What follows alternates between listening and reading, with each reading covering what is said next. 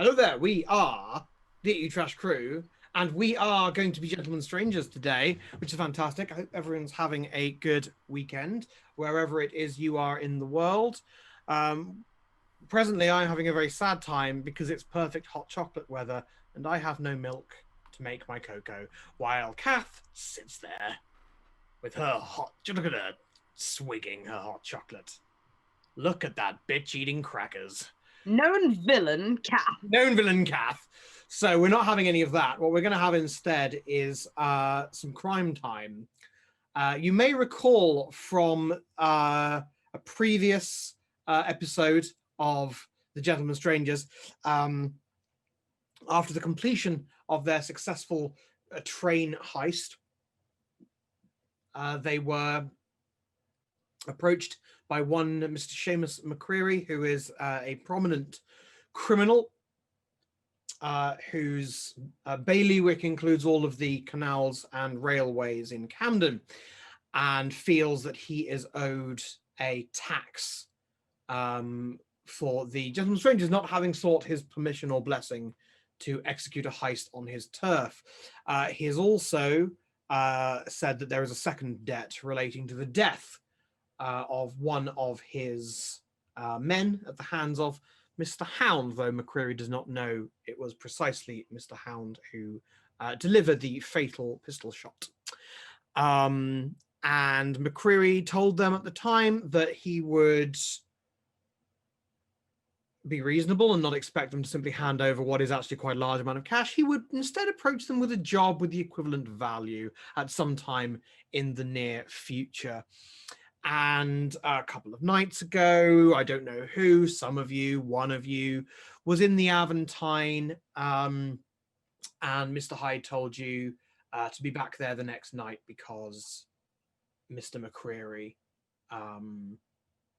would like a word, and to bring as many of you as you can. So that's where we begin. It's the next night. It's November 18, and you are in the Aventine, I suspect, not particularly enjoying a drink. It's worth noting at this point that Mr. Slide has never met Mr. Seamus McCreary, but has heard, no doubt. So I think where I'd like to start, not with McCreary's arrival, but with possibly... What is it that the three of you who have met McCreary, since I believe that the meeting left you all feeling rather disposed against the gentleman, what is it that you tell Mr. Slide to expect?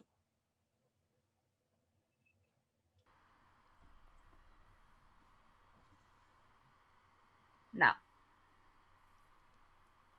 from what I could gather, he is a very serious man. He takes himself and his business very seriously, but not with all the pomp and circumstance that one might expect from some underground crime magnate. He came in here quite unguarded. Perhaps he had a weapon, perhaps not, but he did not travel with his men, as it were. Came, sat, had a drink with us, had a perfectly polite conversation, and then he left. Did not raise his voice. He did not throw about his influence. It was as if his influence was implied, which leads me to believe that he is a character not to be taken lightly. He has something of the confidence that I would associate with a killer, but the complimentary swagger and confidence in voice, that tells me that he's someone that never really needs to get his hands dirty. Not unless he absolutely wants to. And I think wants is the operative word there. I'm fully of the opinion that we should do what we can to appease him so that he leaves us the fuck alone. Pata. Yes. Well, if we're going to end up having to head into a negotiation, what are our lines? By which I mean he's going to probably ask for something, and we need to know what we're not prepared to do or give. Mr. Slide, I am concerned that when it comes to a man like Seamus McCreary, our wants and lines are quite immaterial. Then we're simply no. These people always want something, and the problem is what they say that they want isn't always necessarily what they really want or what they really get. It doesn't mean that they can't want something else. I believe the time for negotiation has somewhat passed. So he's just going to come here, give us an ultimatum, and we're going to have to step to. We perform the job, or we give him an exorbitant quantum of money. Mm-hmm. Now, and this is going to be true going forwards as well. McCreary runs the rails and the canals. We've already been dancing somewhat beneath his sight with the past couple of jobs that he's been doing. So while even this job might put us some way of being on an even keel, and frankly, until he gets his hands on the murderer, we're not going to be on an even keel with Seamus McCreary. One way or another, by the major ways we've been conducting our business of late, we are going to be treading on his toes. Right, then it's just that if we continue to pull at this leash that he's convinced that we all seem convinced that he has us on, then that can make life very, very difficult for ourselves, trying to wiggle our way in and out of what we can do and what we can't do. So do we have when I say a scheme going forward, I don't mean something fully thought out, but are we intending to avoid him in future, or are we intending to eventually stop him from being a problem in the future? If we decide we wish for him to not be a problem in the future, that will be a long-term project. And if we say that, then I suggest that we, give him whatever little bits of fealty he think will make him happy. Quite. If we come across as if we begrudge this entire thing and it's wholly beneath us and we'll do this, yes, but we really, really don't like it, then he'll be on, tenterhooks. Now, but if we... Sorry. No, you go on. I was going to say, but if we accept, well, yes, sorry, old chap, this is indeed your turf.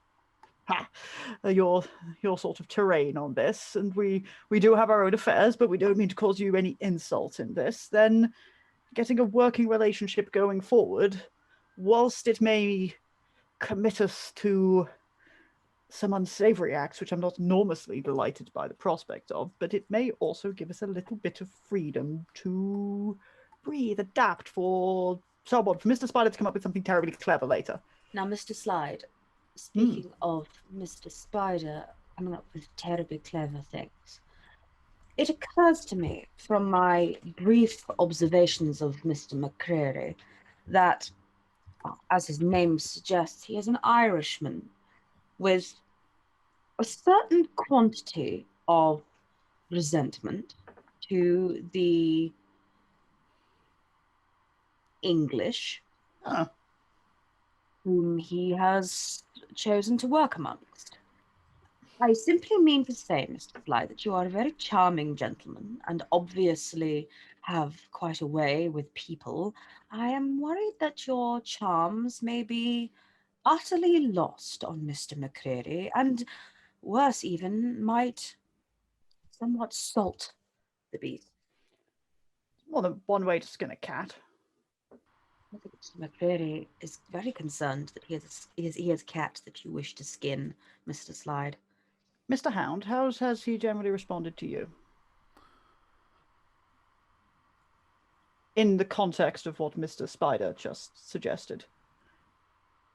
For the three of us, as we were dealing with him in the previous week, he was sharp. He didn't really seem to... It was all rather coloured by the fact that he knew one of us had gone and murdered one of his lads. Well, that does rather put a dampener on the whole affair. Yes. But, in all honesty, it was Spider and Cutter that was doing the majority of talking. He kind of shrugs at that. And I think for someone of Slide's aptitude, it's pretty obvious to him now, even though it hasn't been stated who did the murder. Putting two and two together on that front makes it pretty clear. Yeah, up until this point, Mr. Spider has not outed Mr. Hound. But that is like actually something to know of. I imagine in all the conversations leading up to this, the three of them will mention that someone was killed, and the three of them explicitly don't mention who did the murder. Yeah, that's Slide hasn't asked. All right, well, that's something to bear in mind. Although, to be fair, I don't think I can keep up changing exactly who I am forever. I take your concerns, Mr. Spider, but frankly, if we were going to be cooperative with him, then there is almost a potential advantage to my charms if he has an Englishman, a good Englishman, who is recognizing his seniority in this situation. I merely wished for you to be aware of the situation as I saw It is very useful for us for that he will take it very likely poorly. Should I try to come to this as if we are equals, he is likely to take that as an affront as opposed to some gentlemanly accord. Quite. But I will modify my approach accordingly. But yes, I rather suggest that we are as conciliatory as possible. Recognize that whilst we have divergent interests, we do rather step somewhere near his toes, and that we want to have a positive relationship with the gentleman going forward. That's my pitch. It is worth. I agree, and it is worth underpinning your point of we did with Spider around have an Englishman, and we got through that with not the most comfortable conversation in the world, but also a spot of murder had sprinkled on the top. yes. Now, Mr. Hound, Mr. Cutter, you are both as much Englishmen as I am. That is kind of you to say. But I understand your point. I represent something for him that is unpalatable. Yes. There's we're all jolly good Englishmen, but then there are Englishmen who have, been through certain establishments of education, etc., etc., etc. I'm not racist, I'm just classist as fuck. At worst, I'm an elitist. Yeah. I don't think you're not proper Englishman because you're not white. I think you're not proper Englishman because you're poor. So at that point, I think there's a bit of a wave of silence throughout the pub. I do mean a wave, as in sort of everything quiets down for a moment. And Mrs. Slide, you might not think anything particularly remarkable has been going on because you wouldn't recognize Mr. McCreary from Adam. But the three of you recognize the solitary, unguarded figure of Mr. McCreary. He approaches the bar, shakes hands with Hyde, and they share a couple of words. And McCreary strides over and, without asking permission, he sits down. Good evening, Mr. McCreary. Good evening. And I'm Seamus McCreary, and you are? Mr. Slide, it's a pleasure to meet you, and I'm gratified that you've come to speak with us. All right. I see they've mentioned me to you before. That's good. But to clear the air, Mr. Slide, I'm not a man who needs or warrants obsequiousness. You and I, the five of us, are men of violence. And ultimately, we understand that the only language that matters is blood spilled. It's on that subject that I come to you. First of all, have you given any more thought to which among you might have killed my man Robbie?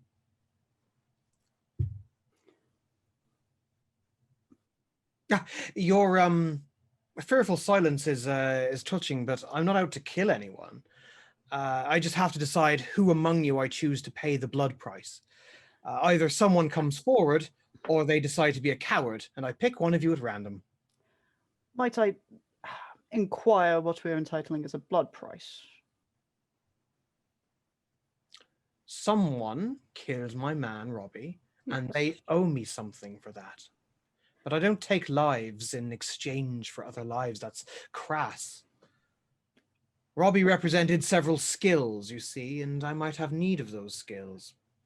I understand that we have largely inconvenienced you by this, but I stress the word "we" within this. We are as a group, and Mr. Slight, forgive me. Only one of you killed him. And you may all wish to protect this member of your group, but they're harming you by not coming forward. And I will make sure they understand they've harmed you. And I will make sure you understand that they've harmed you. With me, straightforwardness is the only currency that I accept. Well, that and coin, obviously. My straightforwardness is that one of us doesn't pay the price. We, as a group, stick together. I'm afraid that's not how it works. One of you's paying the price. Either they decide which one, or they decide to be a coward, and I'll pick. And believe me, if I have to pick, the price will be much higher.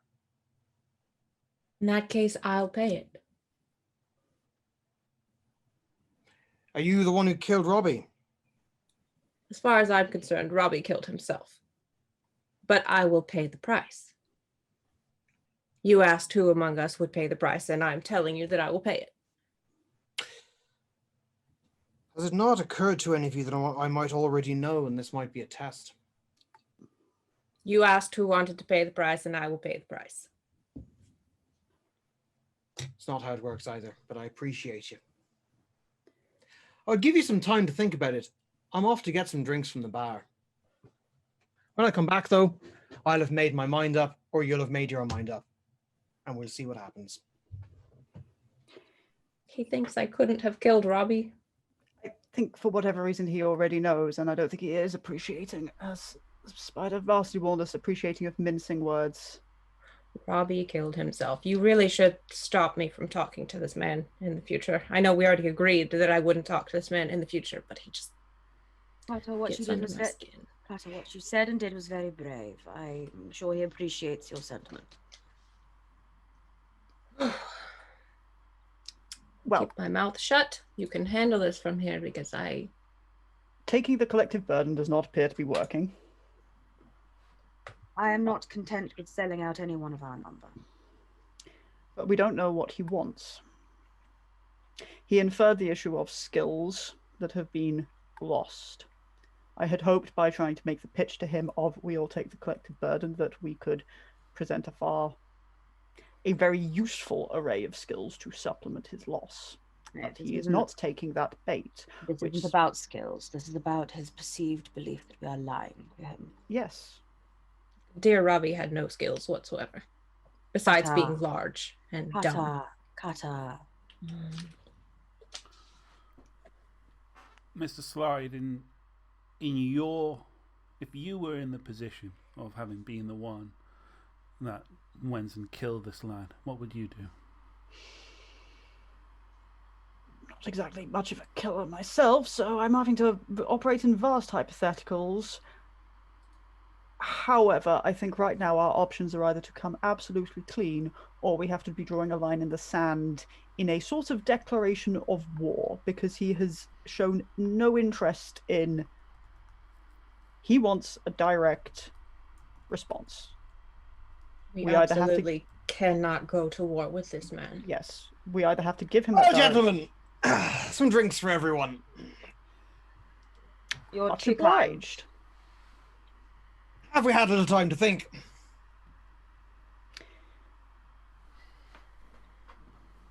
Slide is What going do to you give think? Hound a look. Not a positive look, but he is looking. He is trying to assess Hound. Mr. Spider has once again got out his ledgers and is documenting the things that we're going to be paying this man. Hound has his head low. His head has been pretty low throughout. But he will reach into his coat, draw a pistol in a very kind of not armed way, in a I'm presenting a gun way, sets it on the table. For anyone who is of a gunmanly persuasion, it is quite clearly a modified and custom piece.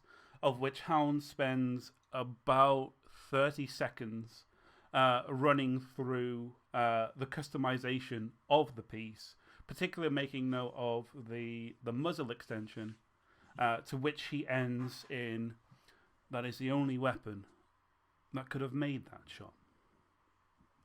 I killed your lad."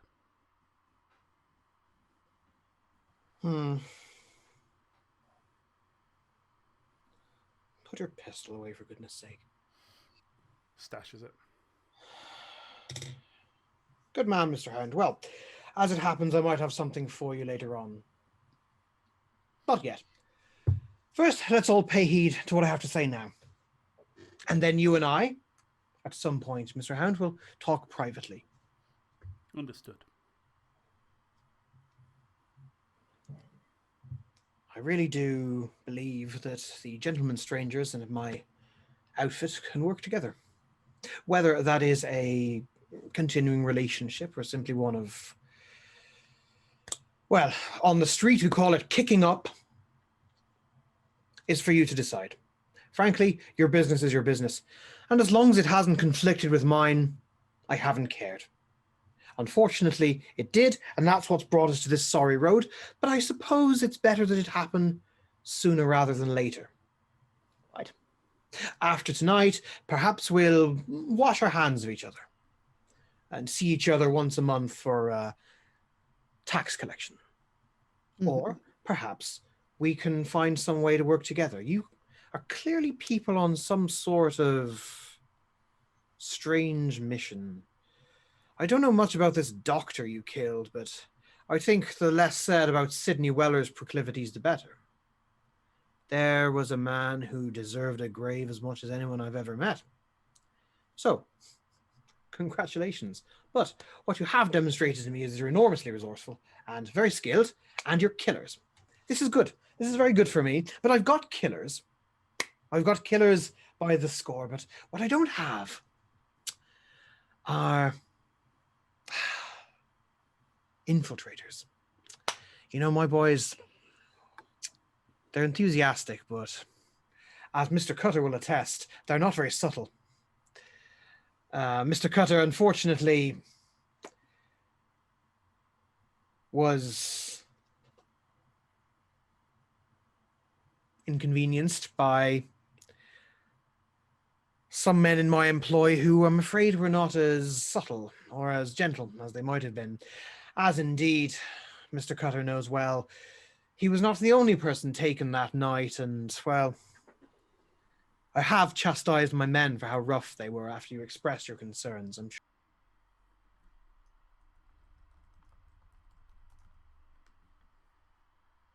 The absolute authority that one might wish. After all, if my men like to be controlled by absolute authority, they'd be law-abiding citizens, wouldn't they? And that brings me to this. You see, although you think of me as nothing but a violent criminal, and while I certainly am a violent criminal, along with the four of you, just like with the four of you, there's more to me than that. There are people I look after. There are people I must protect. Now, to do that, I can have a gang around me. I can pay off the occasional bobby. But sometimes I need something a bit more serious, a bit more long-lasting. Between you, you owe me 8 coin, which is a lot. I respect that. So I have an offer for you. An opportunity for me has come up and represents an investment that could easily be worth 8 coin for me. Regardless, if it's not worth 8 coin to me, that's my problem, not yours. So if you complete this task for me, we're square no matter what comes of it. Is that not fair, Mr. Spider?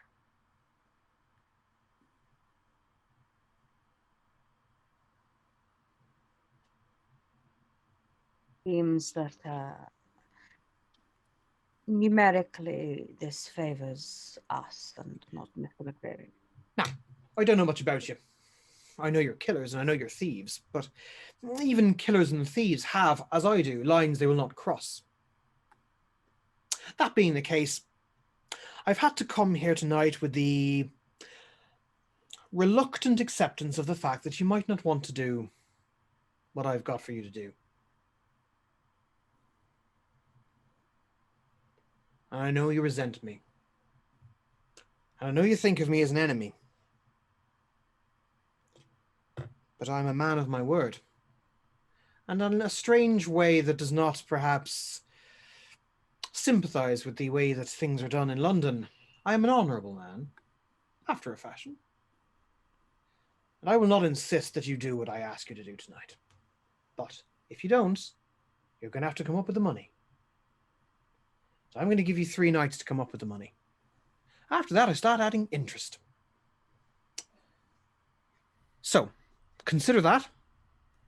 Here's what I've got to say.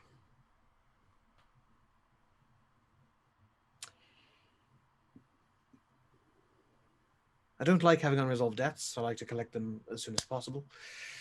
Very fastidious of you. Well, I don't know what that means, but it sounds like a compliment, so I'll take it. Look, the point is, let's all have a drink together, because ultimately, Nice. if I made an enemy for life out of everyone that ever crossed me, I'd be mighty lonely. So before we get to business, lads, cheers. Yes, cheers. Utter cheers, but I feel like through this whole thing, poor little Burke has gotten his ears rubbed raw.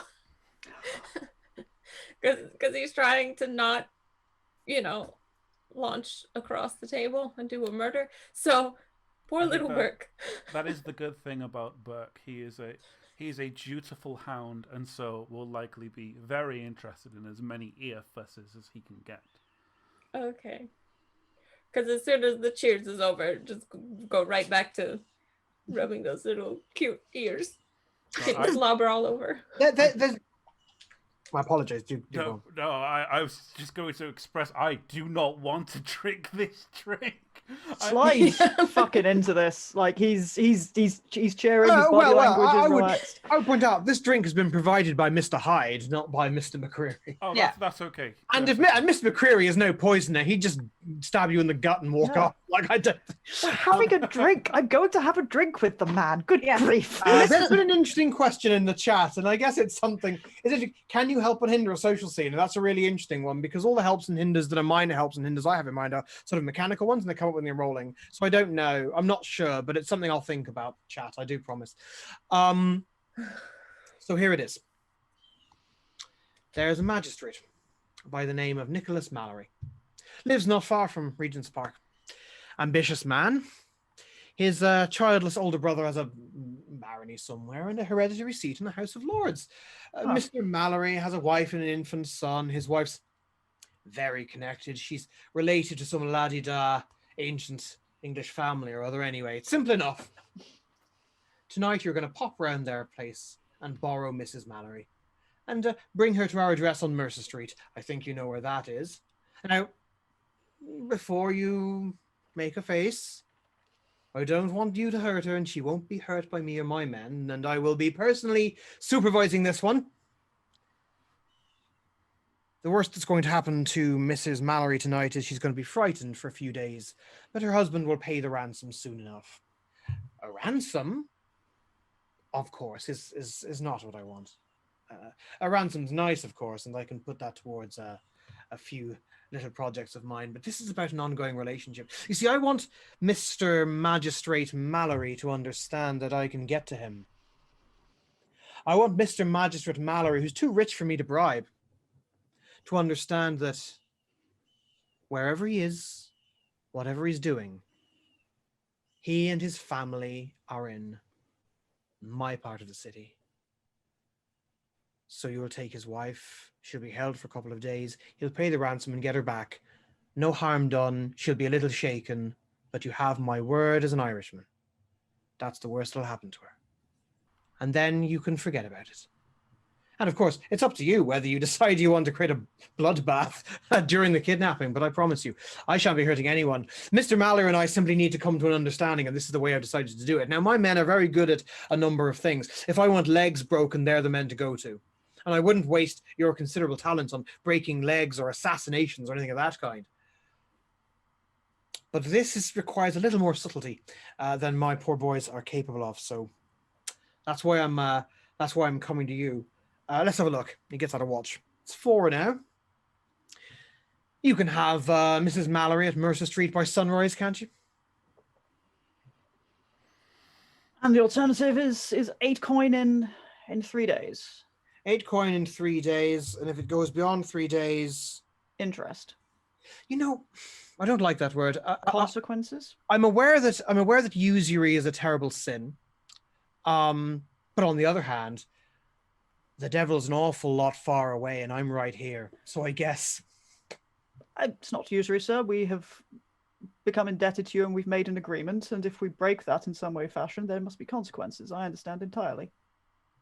it's refreshing.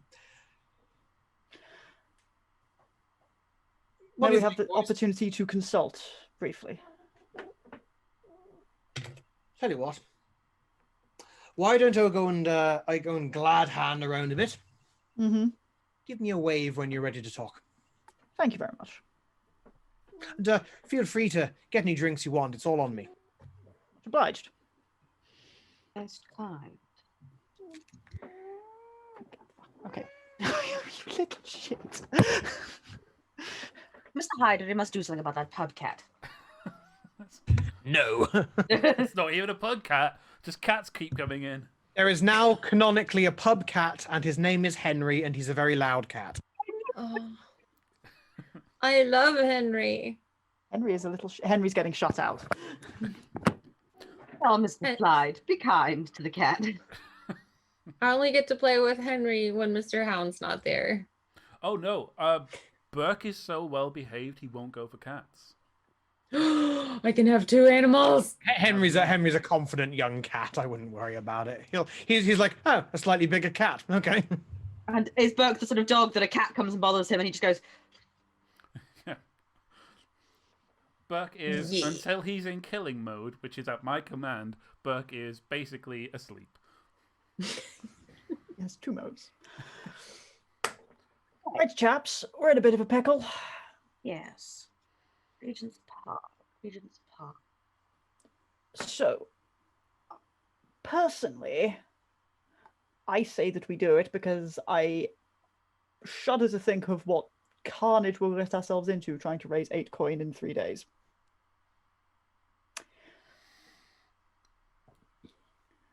You're not wrong. Because I don't know what bank we're going to knock over. That's still, not a considerable amount less than what we made off the train job. And that was a opportunity that fell into our laps. I'm frightfully sorry about that, chaps. It never occurred to me that we'd be stepping on McCreary's toes. I suppose we're all navigating various things. I am personally inclined that from here we actually try to engender a positive relationship with Mr. McCreary. We have to consider the fact that if we don't do this, he's going to get someone else to do it, and they won't be as good. Quite. He still has interests against Magistrate Mallory. Something will doubtless happen to Magistrate Mallory, whatever it is that we do. Whereas we can be discreet professionals, I'm sure, deal with this situation successfully, swiftly, engender a positive relationship with Mr. McCreary, and accept that, frankly, if we are to hunt creatures of the night, then we might have to make a certain amount of peace with more mundane horrors. Can't Yeah. save everything and everyone. After all, what are we going to do? Fix all the crime in London? No. Perish the thought. Quite. So we're definitely doing this. I say so. Regent's Park. He can possibly furnish us with more information once we agree. Yes. If you have any specific questions. Shall I wave him, or do you want to ponder? Well, Mr. Spider keeps saying Regent's Park over and over. No, I'm simply considering the location of the houses. If it's on a fronting Regent's Park, which if he's a magistrate, if he's baronet, very likely, a good, excellent position in Regent's Park. Gosh, Especially if Mrs. Mallory is well connected. Yes. I don't But it might- know the Mallorys off the top of my head. No, nor I. Might well be to do with, if not fronting to the park, some sort of cul-de-sac or alleyway. One of those ones with a mews or some such. That could be very tasteful. Ooh, GM, do I know the Mallorys? I don't think you know the Mallorys. Ah. The only hope you'd have, I guess, of finding out more about the Mallorys, Mr. Slide, was if you managed to find out the wife's family and look her up in Burke's. That's the only thing I can think of. Yeah, quite. Well, I'm getting ahead of myself. Let us summon back our erstwhile employer, and we shall begin work. Slide will politely wave.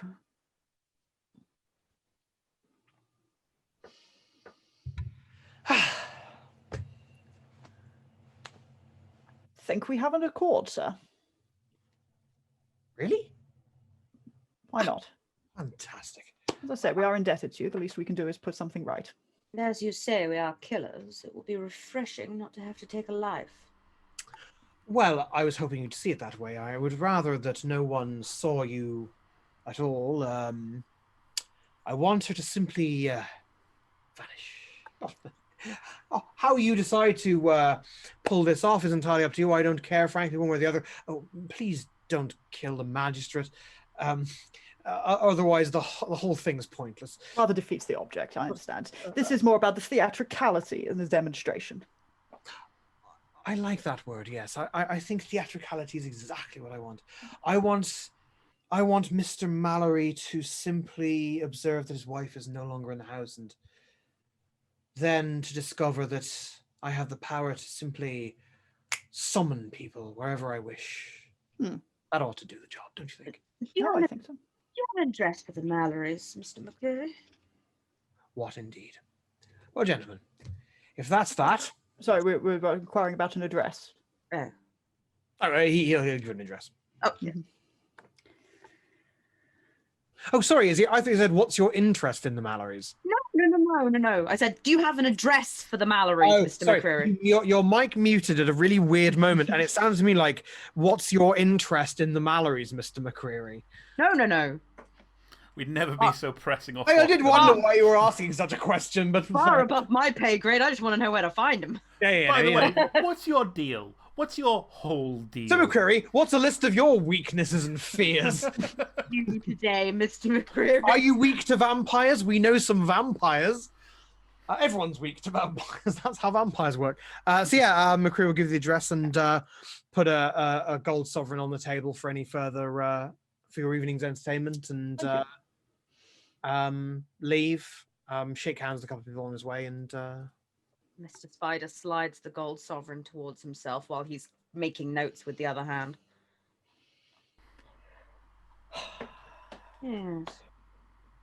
Yes. Well then, it's 4:30 p.m., gentlemen. I suggest we take the hour and meet back at the Millennium Club at 5:45. To conduct our own little spots of reconnaissance in the meantime? Indeed. I have some people I wish to speak to. All right, I might try to do some inquiries regarding the family, but I will do some social inquiries discreetly to find out what I can about the family, especially if I can find out any interest that they have, if he might be out of the house, if she might be out of the house, snatching opportunities, that kind of thing. Does that sound agreeable? I think so. I don't know yes. what Mr. Spider had planned. No, quite. Whatever you can research would be most excellent. Mr. Hound, if you could be so kind as to take a handsome carriage to Regent's Park and reconnaissance the area. I was about to suggest the same thing. Mr. Carter, do you have a line of inquiry, or is it better if you accompany Mr. Hound? We'll just look at Mr. Hound and nod. Ooh, I'm so mad. And remember, Mr. Carter, you might have a distaste for this gentleman, but what we're doing is part of the longest game we can imagine. A game whereby we no longer feel beholden to Mr. McCreary. Yes, I encourage. You've done a terribly good job of biting your tongue. Allow me to swallow some bitter pills for the lot of us. That is something I'm quite good at. Right. You just take the physical hits for me, which I'm vastly indebted to you. Now, gentlemen, to business. Mr. Spider takes off to the door, like at top speed. Cape, cane, hat, and away. Look, let me Sherlock Holmes this. You can Sherlock Holmes this. You can Sherlock Holmes this. Well, I guess we'd better start with you then, Mr. Spider, since you seem to have the bit between your teeth. I'm going to the to an address in a well up part of town. Well up is not the word I was looking for. I think I mixed well-to-do and upstanding into well up part of town. Yep. I'm going to actually visit one of my shrewd friends. I see. I've never had contact before. I'm excited. I don't think one of your shrewd friends is an Ashrick. That's nice. No way, really? Yeah, Ashrick Green, a master architect. See, I renamed all of my contacts, and I picked that because of an NPC in a D&D game I'm in, and whom I like very much. Yes, I was actually going to go and speak to my servant friend, Miss Vickers. Miss Vickers. Who's your servant of? She is a servant to Dr. and Mrs. Trevelyan, who live in a a fairly nice. They're basically either upper middle class or skirting that boundary somewhere. Nice older couple. She's worked for them for some time, but I think she has a slightly less well-to-do background. But she and Mr. Breaker have formed a friendship over the years that has intertwined. Okay. She's a housemaid then, is she? Yeah, I think she's an upper housemaid, maybe even a lady's maid. She's well positioned for her life. It sounds like the doctor and the wife probably she's probably their de facto housekeeper then. I doubt they have a large staff. It's just the two of them. What's the premise of your friendship with Miss Vickers then? I think that Miss Vickers has had a slightly less, or a slightly more savoury background, like not to the terrible degrees of Mr. Hound. I imagine they've run into each other at times, at the sorts of places that Mr. Spider frequents when he is a little stressed. And he helped her to get not this job, but the job before it that was basically propelled her towards being a well-to-do housemaid in nice parts of town. And so they have a sort of an ongoing friendship and gratitude of like, I think he might be her contact for, yes, I worked as a lady's maid for some time. Here are my references. And like, right. Every now and then they meet up to have a gossip about what's going on. Okay. Well, obviously, given the time of day that it is, she's very pressed. Yeah. But she'll. I think you're probably talking out in the backyard while she's polishing his shoes or something or other. He's dressed down somewhat and will offer her a cigarette or something. All right, Emma. How are you, Nathaniel? Better. I've been worse, but pulling things together. I'm on one of my. I've fallen down my rabbit hole of research, and I wondered if you had some whisperings you might have heard for me. The Mallorys, magistrates. They live up at this address on Regent's Park.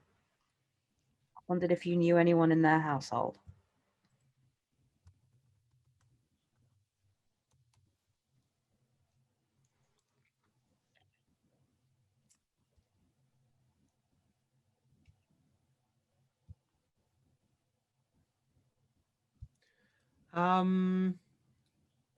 Mallory's. My cousin was cook for a lawyer who was a Mallory up near Regent's Park. He's a magistrate, so quite possibly. Yeah, let me know, cousin. Mm-hmm. Oh, this was a couple of years ago now. No problem then. But they were always very up themselves, if you'll pardon the expression. Yeah? Well, you know, his cousin or brother or something was a lord or I don't know, something or other. Do you know anything about how they run a household?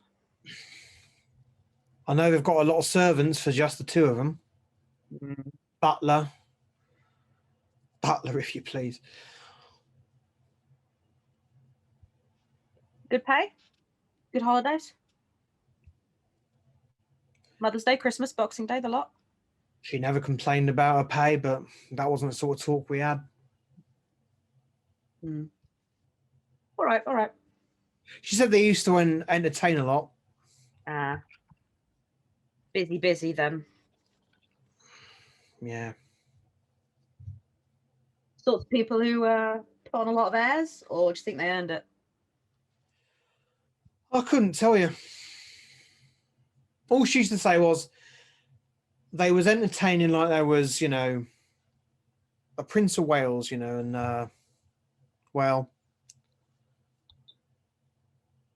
she always got the impression they were a bit, you know, above themselves, a bit ambitious, but I suppose it's hard for me to judge. Some people, though. I suppose. She always used to say that the missus would complain about not being able to get such and such to come to dinner, you know, the Duchess of this or Countess of that to come to dinner, and how they're always trying to invite people they didn't know just to see if they could, you know, get themselves up the social ladder. Seems like she was a bit of a grasper. Well, him more than her, but... Was she, you say complained or complained? I don't know, really. Cousins used to say she used to be really put out when Lady such and such wouldn't come or Lord such and such wouldn't answer their invitations. Sounds to me like they're just they're trying to, you know, make friends with Sam, Jack, and Harry, you know. Yeah. Difficult. Thanks, Emma. You're always a sharp one. How's it been here? Quiet as ever. I would have thought you'd be more interested in an exciting placing. These days I'm just glad to be in a settled position, you know. Of course. Right. You're still the best at what you do. It's very kind of you. Well, old couple like this, if they didn't have everything just so, I can't imagine they'd want to keep you around, and you've been here for a while. Suppose I'm quite lucky. Luck's got nothing to do with it, Emma. You worked hard for this. I appreciate you saying so, and thanks for all your help, obviously. Oh, no, don't worry about it. It's just nice to have someone to talk to. Right, I'll let you get on. Well, have a good evening. No, you too. Take care. Calamity. In the UK, it would be social snakes. Lou got there just before me. Social snakes, not social shoots. Okay, lovely. I wasn't reading the chat. I'm so confused. Calamity said, if social ladders are a thing, are social shoots also a thing? And Lou and I had the same thought. It's snakes in the UK, not shoots. Yeah. Everyone knows you can slide down a big snake. I spent most of my childhood sliding down various constrictors that my parents brought in from Brazil.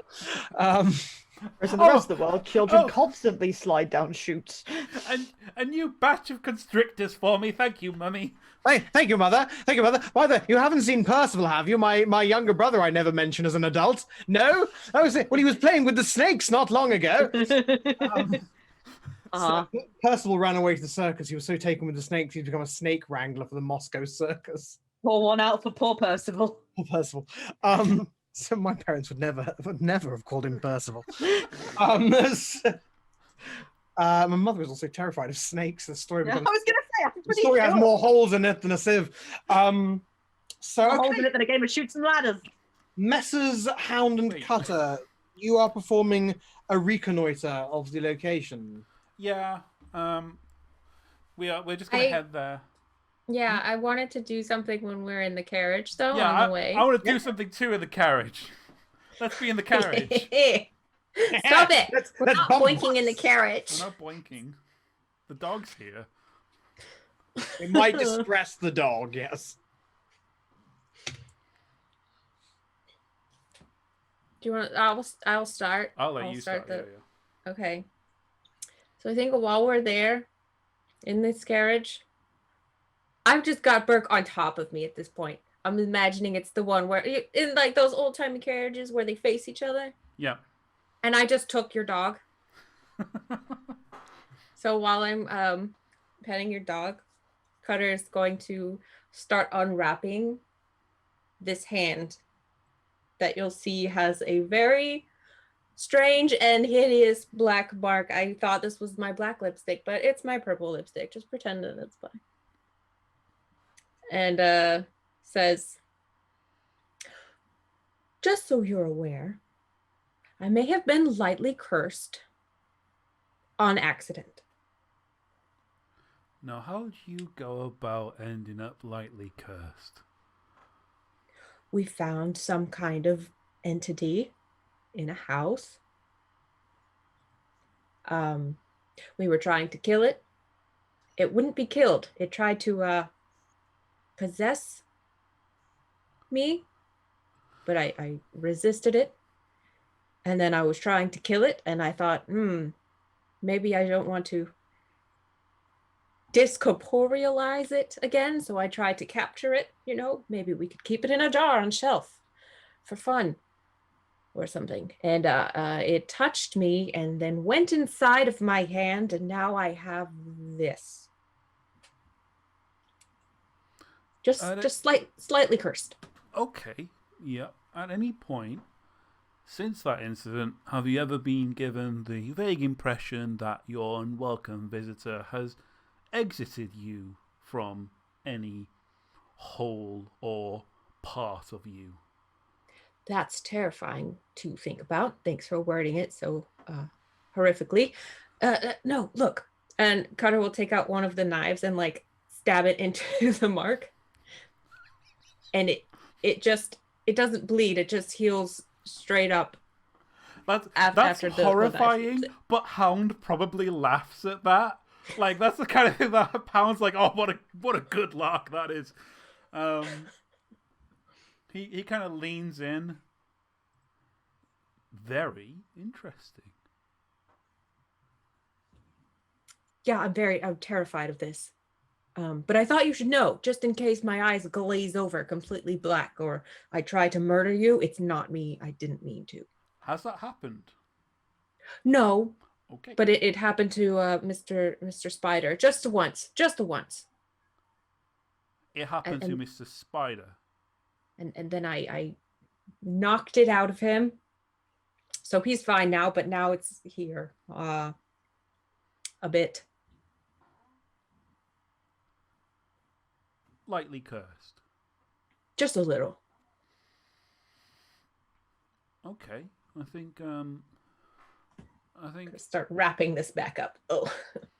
Once we're done with today, I think I'm going to spend a little bit of time looking into exactly what happened. I might need a bit more information about this entity, what it did and what it didn't do.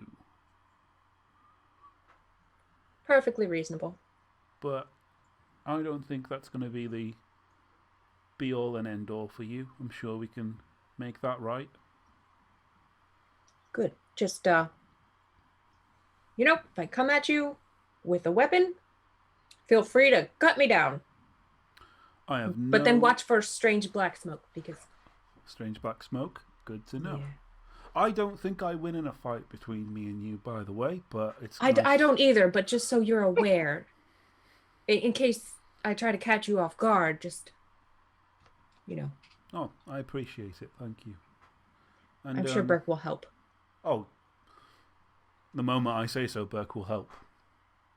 Yeah, you'll just kill me right then and there, won't you? Oh, you're a monster. I Yes, that was me, not the. No. I like dogs. I appreciate what you did back there, by the way. Oh, of course. I've never had much truck with this idea of honour. Nothing personal to those that have it.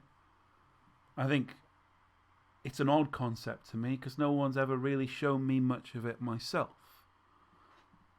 Anything that I've got, anything that I have by way of skills or durability in this world, I've had to scrape and scrimp for myself.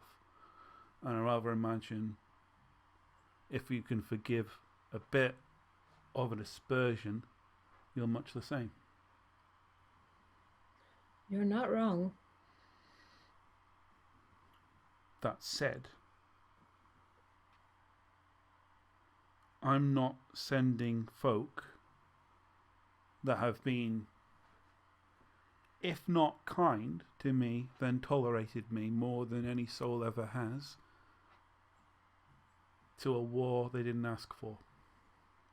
And maybe that's some degree of honour. I don't know. Well, Mr. Hound, if you hadn't have killed him, I would have, so this situation could have easily been reversed. It could. Maybe one day it will be. One thing I know for sure,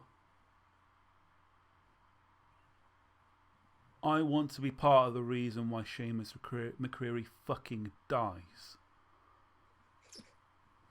And I want it to be horrible. Mr. Cutter is going to reach out a hand, not the cursed hand, for a handshake. Like, Yeah. we're Big, agreed then. firm handshake. Agreed. Yee. All right, if you can agree on one thing he's done that's worse than anything you lot have done, I'll concede the point. I don't care. I hate him. He was rude. I hate him. He's been unfailingly polite, hasn't he? What's going to happen is, the two upper class people in the party are like, well, I don't really mind about his morals. He was perfectly proper and polite. Especially for an Irishman. No, yes, especially for an Irishman. And you two were I like, mean, yes, fuck him but up. our moral high ground is like. To be fair, the split is exactly down the line of the talky strategist types and the murderers. So it makes perfect sense. And personally, I feel quite confident in saying that Seamus McCreary certainly deserves. Well, let's put it this way: if he hadn't paid off every copper in Camden, he'd be at the gallows by now. So certainly, no one really thinks he doesn't deserve to die. So yeah, your carriage lets you out somewhere around Regent's Park, so you've got time to scope things out. You know that the address is not directly facing the park; it's in a street behind. Okay. I think from the Hound's perspective, he's going to common himself up. It's very easy to do. He is very common after all. And he's going to do his usual thing of he doesn't just look at the building itself. He goes to neighbouring buildings. He pretends like... I think his big gambit is he pretends to be some worker that's been sent to the neighbouring house. He might even say the Mallory house. But he goes to the wrong place. All to the idea of even if I get to the servant's door and I'm able to look over a servant's shoulder and see within, I get a better idea of the layout of the building because they're probably transferable in terms of interior. Well,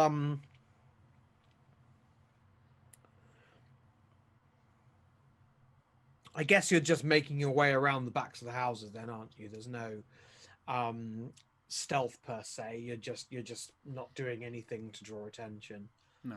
Um, It's an easier type of stealth to pretend I'm where I shouldn't be in broad sight, rather than sneaking around, definitely being where I'm not where I shouldn't be and risk being seen. Definitely. Okay, so you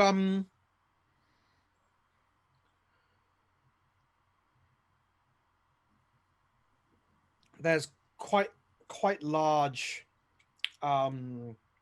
yards behind the houses, and you can hear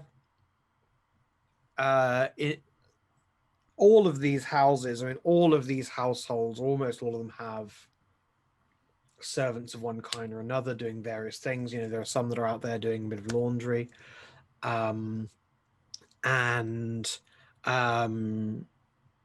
you pass one guy plucking a pheasant, and you come to the house that you reckon from counting is the Mallory house, and there is someone, as a woman somewhere in her 50s, sitting on a stool with a bucket, and she's scrubbing something in the bucket. Oh, I will head over. Good day. What do you want then? I'll be honest with you, I was wondering if you've got any work afoot.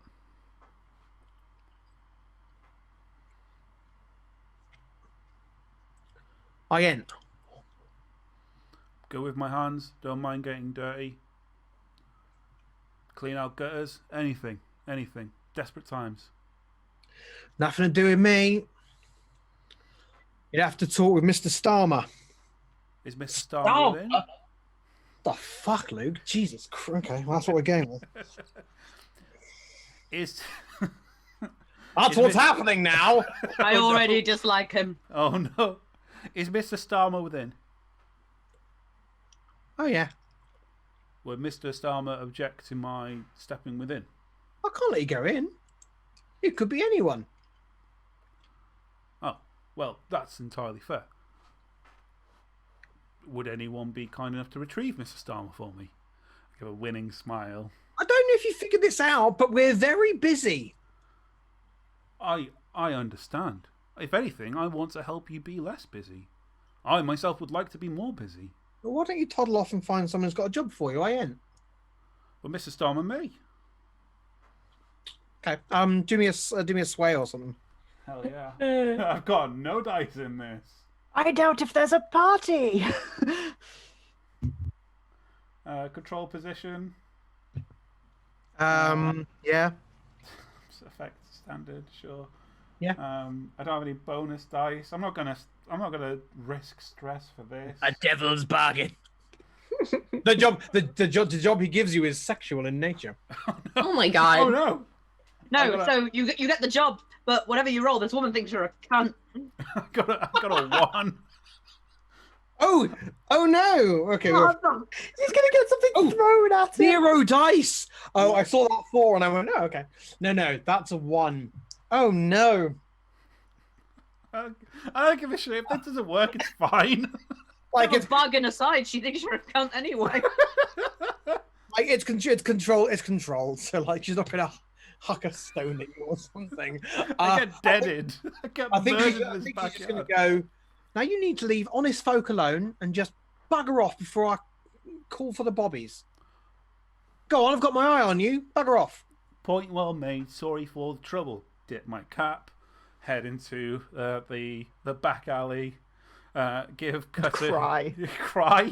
As you go, you hear her muttering something about other no good jobs on the docks. I keep the spring in my step until I'm out of the back gate. I then spit on the ground and give Cutter a bit of a long-suffering look and go, I don't like her. Well then. By extension, neither do I. Fuck her. Fuck her. Yeah. She's on the enemy list. You know what? Before Blacklist, there she is. Let's do her in as well. How fucking dare she be rude? We're only trying to abduct her mistress. Yeah. We're here with malice aforethought. How dare she think that? Once we're still with just because we're not McCreary, we white. come back for her. She's the mastermind behind the whole city's problems. Once you get rid of her, London's a paradise. Look, Cutter's decided Mr. Hound is now her best friend, so this is fine. what this is up. I didn't see any notification of helps or hinders. I'm really sorry. I'm also where I owe a hinder from last session. So I've got it noted. 1 hinder and 2 helps are owed, and they will come up. I apologize. I was not paying due attention to that. You were role playing. That is absolutely fine. That's absolutely fine. I didn't see in the chat. All right, so that didn't work. What next? Well, we could. I think it's still going to be a benefit to try and get some idea of the layout of these buildings. The only way I really know how to do it is to get in. I don't think breaking into one of them is going to be a good angle for us. That seems like a way we can borrow more trouble. But I'm not wholly sold on the idea that asking for work was a bad idea. I just think she's a bad person. You have a point.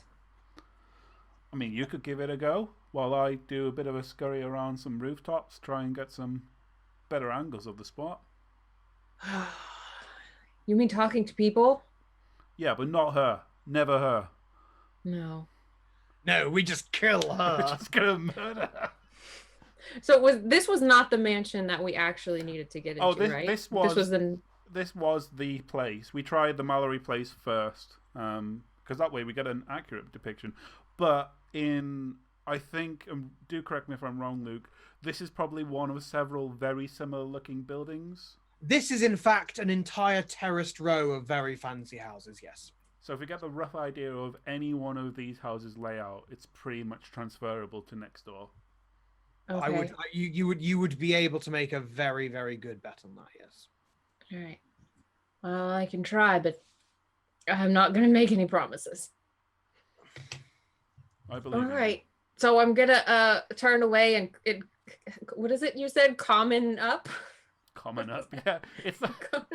It's a phrase I've invented, but you're free to use it. Gonna common up and go to the next house that You looks just rub similar. shit on your face, and then you're commoner. Okay, yeah. Well, oh my god, no. That's right. It's not 1350. Just fake the plague and be all, excuse me, mister. It's where I've been going wrong all this time. I'm a serf of the fields. I long for battle in France. I don't know what 1340s peasants talked about. I assume the poll tax and war with France. I wouldn't know. Having read the latest Piers Plowman, I have many thoughts about my station in society. Society. Oh, Those Plantagenets are no good. Bowman just suggested a blinder in the chat. The attics might be connected. Cellars too. What? That's what I've been thinking. So if your gambit, if I may, if you don't have a strong idea, could be something like something which is in my possession. Maybe not like a child. Maybe like, I don't know, a pet or something. Is in your cellar or like a carrier pigeon or some shit like that. I think it's a bad plan. I don't think you should do it, but it just sprung to me as an idea. Well, there is a way you could get a pet of yours into the cellar. I'm not doing that. They might shoot him. I don't know. I He's don't gonna know. have a gun Wild in a lovely West. townhouse on Regent's Park. Old 6-gun Mallory. The butler isn't going to Fastest gun take in a Regent's hunting rifle, Park. which he will not have, and shoot the dog. Also, like, it's a great idea, but then at some point, I've got to smuggle my dog into a cellar. I don't know how to do that. Coal hatch, man. Just shove the dog Coal down a chutes. You know how we just talked walking- about chutes? Just shove your dog down a coal chute. Off you go, Burke. Yeah. I'm And just- Okay. I hope he doesn't breathe in enough coal dust to cause himself long-lasting lung damage. And he dies and becomes a ghost dog. Everyone wins. Oh, ghost. Yes. Well, there we go. Okay, fine. That's how it's going. Or when he dies, the demon half-possessing Cutter leaps into his body, and you have demon dog. I mean, either way, it's fun for the whole family. I'm done not with bad opposed. ideas. I want you to do a good idea. I leave this entirely in Cutter's hands. I do not have a good idea. All I know is you need to know the layout of the house, so I have to get in somehow. Butter down the coal chute. Yeah, I'm small enough. I've lost my friend down a coal chute. Have you seen Mr. Hound? Send the Let's dog. play Get So Help. Get Help. Send the dog. Send the dog. Do it. Send the dog. Put the dog. Back. Send it. Okay, how do you send a dog down? Okay, so this you actually find an area that's probably ideal for your house. Is probably ideal for this because there's no one outside, so you have time to do a bit of finagling outside. There is indeed a coal chute. It's chained and there's a padlock and there's the back door. Well, padlocks aren't a problem. I will wreck this padlock. Wreck it.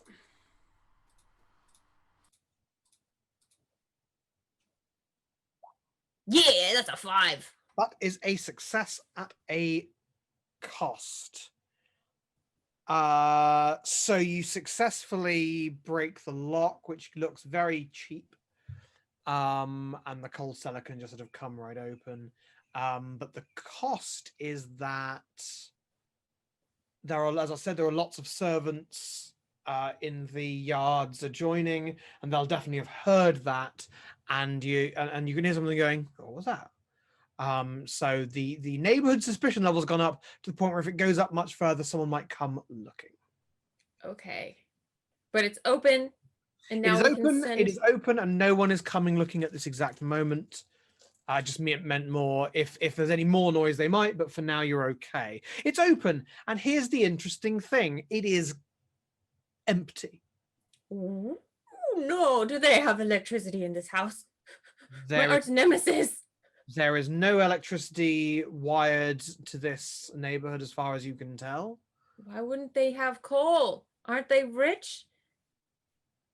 Oh no. Are they vampires and they don't need to heat things?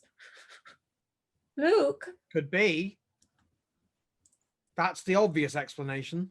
Kathy, you're muted. What did you say? I need your input. Oh, No. the cat. Henry's back. Henry, how did you get? Henry, you are persistent. Oh, Mr. Hound has just disappeared. that's fine. I'm gonna assume he's cool with Burke going down the mysterious empty cellar. So if I throw Burke down here, is he gonna land like 15 sloped. feet down? It's sloped. The worst is he's going to slide down. Okay. I'll probably wonder why you're throwing him away, but he's a dog. He'll come back anyway, I assume. Well, I'm gonna give him lots of love and encouragement before we put this dog down there. That is the. Technically speaking, giving something lots of love and encouragement and pushing it down a hole is a definition of abuse. But yeah, Okay, no. What if I take out some pocket bacon and like throw it down the Why hole? do Go you get it, Burke. pocket bacon. You have pocket bacon, Who doesn't have pocket bacon right? in the Never had 1800s? In the 1800s, when of course bacon was how you tipped passing bellboys. Chew on this doll. Here you go. Mr. Hound, I don't know if you had your earphones in. I heard every word. I heard Okay. every word. Oh, sorry about all the stuff we said. I'm not. Yeah. So you've got an empty coal cellar, and Cut is about to yeet the dog. That's fine. An So overhead throw, like a body slam. Which will now be typified by Kath with her cat. I don't like this plan at all. Like the I dog. think We're this doing is, it. this is a strong plan because we've got 2 points of. Once the dog's in the cellar, we could do a whole thing of like our dog's gone somewhere. We think it might be in your cellar, and then we've got the evidence right there. The dog's in the cellar. It's great. It's perfect. It is the perfect evidence of there being a dog in the cellar. Dog's fine. It's a sturdy dog. You don't need to coddle this dog. It's a murder dog. Okay. Like, All right, killer. Go this in the dog- hole. This dog is regularly ordered to attack armed people. It's probably got more than a few scars. Down the hole goes the dog with a little arf sound, and it just sits there going, I guess this is where I am now. not quite sure what's expected of me. I can't get up. It can't get back up the chute, so I guess it's going to puddle around in a way you can't see it. Okay. Probably make We're couple of coming, Burke. Don't worry. the smell of lingering coal probably isn't very pleasant. In playing this scenario through in my head, where this is a good idea. Yeah. I don't want to break any social norms. So assuming I am someone, like, I don't know, a hunter of some description that would have a dog in this area, where would we find it best fitting to knock on the door? Would it be that we would stick to the back because we're not the well-to-do sorts that would use the front? Probably, yes. Well, we can do this together. This doesn't need to be Cutter's left alone, making up for the fact that Cutter just shoved my dog down a cellar. But And we'll yes. remember this. We'll give the door a knock or the bell a ring or whatever is best suited. Yeah, there is a bell. Okay. I'm gonna do that. I'm gonna knock on the door, but like a little bit worried knock, like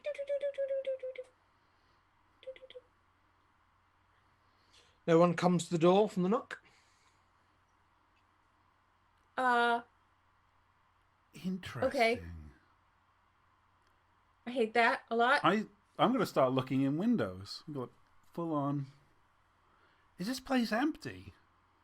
No way. You start looking in windows. The window you're probably looking into is leading to probably a small scullery. It looks really bare. For I'm breaking the door open. fuck's sake. If You breaking the door throw open. my dog down an empty hole. I have to break the And door there's open. no one in there to help get the dog back. I'm opening the door immediately. Controlled. Can you hear Izzy cackling on my microphone? No, I have to get the dog. This is my favorite dog in the whole world. What if something happened to this dog? Something did just happen to the dog. It was thrown down a hole. Four. You Four. I got a happened- 4. Help! We have to rescue Burke. This is now the Okay, new well, mission. Rename the stream. Burke survives. So, success at a cost. I think it's pretty clear what the cost is. You I don't care. They can hear me. No, my poor dog fell down an empty cellar. Go, Look, I'm break down sweating. the That's how door. anxious I am. You Go break get down the the dog. door. It makes a lot of noise, and as you go in the door, someone comes round a corner. I'll deal with them. You go get the dog. Okay. Okay, let's sort out the Mr. Hound situation then. What's going on here? My dog has fallen into this empty house's scuttle. I'm trying to get it out. That coal cellar's been locked for years. Well, someone's been around and been sniffing around, haven't they? Look, the lock's on the ground. You are gonna have to this. I was in electrical. You are gonna have to do some serious marinating to get this man to believe you. Can you like whistle for Burke so Burke starts barking instead of you having to roll the dice because The Holy shit. guy doesn't disbelieve that there's a dog in the basement. He just assumes you broke the lock, which you did, I know I did. Look at the and Why- which he heard several minutes ago. He just says, "Why would I put my own dog in a basement? What a madman am idiot. I?" What a bad plan. I mean, thing to It's actually a do. good plan, terribly executed. Hey, Slide, do you wanna go to the Ritz? Maybe have some tea and like not. Let's deal- not be gentlemen strangers anymore. I'm deliberately creating adventures where you all feel you would really appreciate Mr. Shadow being on, so that you appreciate him when he comes back. What kind of role would you like for this? What action are you taking? Well, Do you have any points in like consort or No, command no. or I don't believe sway? consort's appropriate. It sounds like a sway to me, but I am open to other arguments. Basically, if it's not insight or prowess, I'm not interested in it. Mhm. I don't have much in the way of resolve at all. But I think this is, for the sake of drama, a decent place where I would posit a devil's bargain. What's Catherine? You're not allowed to talk to people. Oh, Look, yeah. we know. One of But the you old sent us rules. here. It's not our fault. Yeah, they didn't send us here to hang talk on, to you anyone. two- hold on. You two are the ones who decided to make this a grift. Okay, I thought this was going to be breaking and entering. Now it's a grift, an elaborate grift. I like to imagine this whole scene is being told while Mr. Spider's there, and they're like, and then you did what to your dog? Well, it's made sense at the time. We put it on the court. Okay, a devil's bargain on this. I need have supervision. one. Okay. Because, like, if this house is empty, this is baller. This is the best opportunity we have to get next door and into the Mallory estate. I think the devil's bargain is if I fuck up, we then lose this absolutely perfect means of entry that we've just discovered. So the devil's bargain is in effect increased consequences, right? So it becomes risky position. Yeah. I can accept that. I like that. If you're happy with that, you can take it. I'll give you a bonus die from one of the helps that's been lingering around. Oh, thank you. So I think it is going to be a sway. This is very deceptive. I'm playing on the fact that there's a dog. Someone just walked in on you doing a thing, and you're like, no. Sway seems appropriate. Wait, so there's 2 extra dice now? There, you have 2 bonus dice, one from the devil's bargain, one from the help. Control position. It is a controlled position. Standard effect. Oh no, it's risky position, isn't it? Because that's the devil's bargain, is its risky position. Ah, okay. Risky, standard effect, and 2 bonus die. Boop. A 4. A success at a cost. This person believes you but punches you full in the mouth. Look after your dog better. The cost is, oh, well, I believe you. It's a shame that the last owners of the house fumigated it with dog poison. No, the cost is the person kind of looks at you like, this isn't really worth my trouble, just whatever. But says something like, no, I know what the cost is. The cost is they're going to stand there and watch you get the dog out. That's There you fine. go. I'm already inside, aren't I? You are already inside, but it means you probably don't have much time for scouting, so you should make some quick decisions before it gets suspicious. I'm just get the dog literally out. gonna get the dog and come back out. I'm gonna go get the dog and come back out. That's all I care about. Poor Burke. Make use of the situation. No, they've decided not to. That's fine. That's up to them. We've come We up can with. come back. We could come back tonight as part of the plan. We know that they've got an empty house. We've done well. You If definitely play exclude- Samuel Casey, don't you? My goodness. Okay, fine. So this is amazing. Your one job was scouting the interior of this house. That's okay. That's good. That's Nina, you get some of the layout for the downstairs to get to the little coal thing. We know all about this cellar. This is fine. you know that the cellar is not connected to the cellars of the adjacent houses. Ah, man. Useless. But maybe the roof is. But maybe the attic is. You've decided not to find out because you've got this guy watching you. But you know the cellar is not your option, which is information. Which is you can't. It means that's one thing you're not left to assume, which is good. Okay, I'm gonna come out with poor little Burke. Get out Burke, who's just really chill. Like, okay, I guess I'm about to be thrown down again. Is this fun? I don't think I understand human. Is this like the stick throwing thing, but they've upgraded to just throwing me instead? It's a living, I guess, but all right. I was being kicked around by random urchins before Mr. Hound found me, so this is slightly better than that. At least That's all I Mr. want. nice to me in between bouts of throwing. All I want for my dog is a slightly better life than being kicked by urchins. This life is slightly better than being kicked by urchins. He's being thrown into quite fancy cellars. Well, we're done with that now.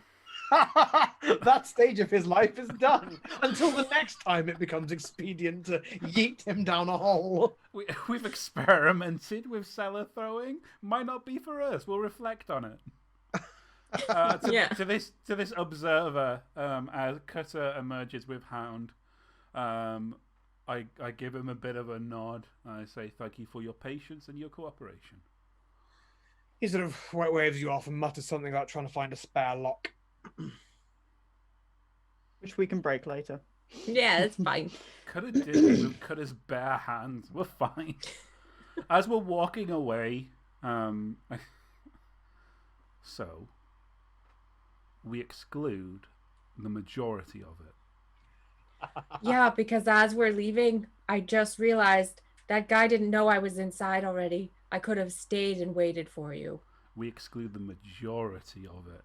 All of Yeah. it. We just never mention any of it. We had a look No. around. We think there's a possible point of egress. No one needs to know. That's the benefit of me and you becoming such firm friends. No one needs to know how badly we just did. I could still be in there, carving a hole into the attic. Somewhere McCreary's going, maybe I should have just sent some goons. Maybe. Okay. Yeah. I would We'll like do the better in scene the to be future. Mr. Spider delivering 8 coin to Mr. McCreary, going, "No, where? Don't ask me where I got this. I did some very distasteful things. We'll be in touch." We're banned. We're banned from the Aventine because I sold Mr. Hound and Mr. Cutter to make money. Okay, fine. Oh my goodness, brilliant, Mr. Slide. Yes. Living in the realm of sanity.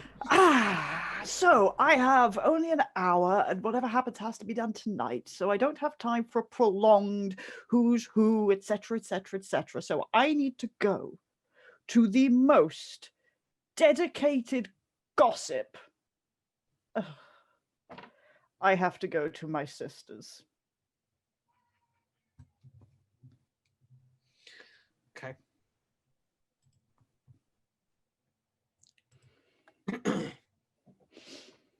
Is this an older or younger sister? She is the young. No, she's the middle. She's Christopher is the youngest. He's the youngest son and the youngest offspring, and Charlotte is the middle. And Charlotte is unfortunately married to a man called Charles. Oh, yeah. That Charlie. Charles Harding and Charlotte Harding. Okay. Charles Harding MP. What's she like? She is, to be fair, she is actually quite smart. She had a nice governess education. She married very well and is absolutely about the competent socialite to a MP and junior minister. But she's, still Mr. Slide's sister, and thus enjoys her social life rather than it just being a case of things. And she's quite indulgent of Christopher. Like, he's an idiot, but he's her little slightly disappointing wastrel brother. So it really just depends on if she gets suspicious of his bullshit, I suppose, is the primary risk. But she is very socially knowing who's who, but whether or not a magistrate is the sort of who's who she would give a shit about is the real one of the gambles, I'd say. Yes, you go to her and Mr. Harding's home, and she greets you enthusiastically. Oh, Christopher! Charlotte! Right, how unlike you. Well, honestly, Charlotte, I'm so dreadfully bored. Oh, would you like some tea? Yes, I would. I'd like some tea, and I just thought I was in the neighborhood. I would like some tea. And to see you, of course, to see you. Yes, of course. Sanders, some tea, please. So, all right, I have to come clean. Hen's away on business. So, and the club's been dreadfully boring lately. And I realize I possibly need to be a little bit more responsible in this opportunity. So, but I'm also dreadfully bored. I was wondering if you know anyone who's, I don't know if there are any good parties going about imminently. Any good respectable folks for a good, pleasant, sociable time. What are you into, Christopher? It is very strange. Very strange. Would you like me to put something together next month? No, no. It's just tonight. I was wondering if you know that anything's going on, because I thought that yes, I could go down to the West End and try to catch a show, or I could possibly have a very pleasant and slightly more grown-up evening. Well, nothing tonight, but we're with the Astors next week for bridge. We could invite you. Aren't the Mallory's doing anything tonight? I'm sure I heard that around and about the place. You know the Mallory's? A little bit. Goodness me, I'm so sorry you've gotten caught up in that. In that? Oh, they are dreadfully tedious, aren't they? Yes, I mean that was the impression I got. I mean, I met the brother once, obviously, so. But are they doing anything? Well, they haven't invited us since my husband declined politely to put in a good word for Mr. Mallory at the Foreign Office. Oh dear, is he really not the right sort of chap? Oh, he's perfectly all right in his way. It's just he's rather...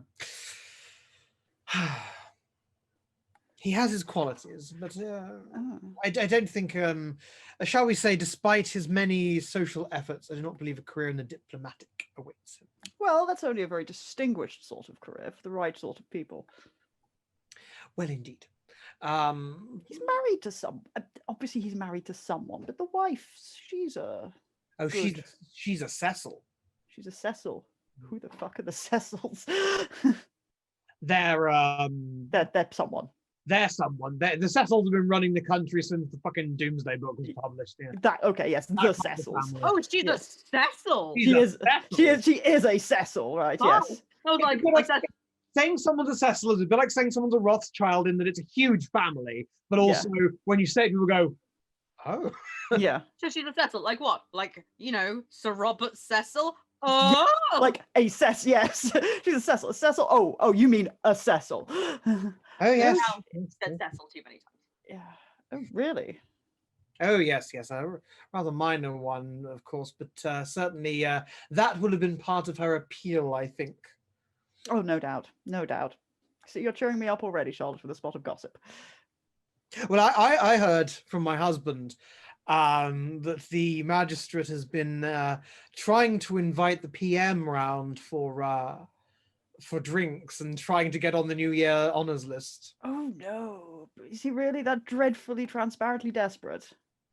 Yes, but the family's fantastically rich. Really? Unfortunately, I believe it's rather beneath him to outright purchase himself with some party contributions. Plus, I understand that he's actually a Whig. So. Well, except that it's the late 19th century, so I should have said liberal. Yes, that's still a little bit unfortunate, isn't it? Oh my. Well, it's unfortunate since the current Prime Minister is very much not. Yes. That is a shame for them. Are they, but if they're a bit up and coming, are they up and coming, or are they just sort of desperate? Well, as far as I understand, he's a perfectly competent at his job, but he seems to feel because his brother is barely a baron. Not a baron. He is entitled to some fragment of that. Of course, his poor brother is without an heir except for him, so he's got the title coming and the seat in the Lords, but I think he'd much rather be in the other house. And Charles thinks that he's no good for it. Charles has never been very impressed by obvious maneuvers of that sort. No. Well, you know Charles. He's very proud. He worked his way up, or at least so he believes, and bless his heart. And he resents anyone who believes they have a entitlement to a seat in the house. Yes, quite. I worry about Charles sometimes, because you're right. He's very proud and very smart, and I always admire that about him. But I worry if he's going to upset the wrong person with that sort of attitude, and if this fellow is also up and coming. Yes. Well, certainly as far as the Mallorys go, they would like to be up and coming, but I'm afraid that their rather heavy-handed approach may have forestalled that a little. Maybe I should do Charles a favor and take the temperature. Honestly, Christopher, I would not concern myself if I were you. Fair enough. That's quite fair enough. Believe me, if they catch your scent as someone with even the slightest connection to the body politic, you'll be around there for drinks and cigars every night for a month. Oh, that does sound quite terrible if they're that desperate. I'd rather like a more relaxed time. If you've come to me looking for a gentle and pleasant evening, I certainly cannot recommend an evening with the Mallorys.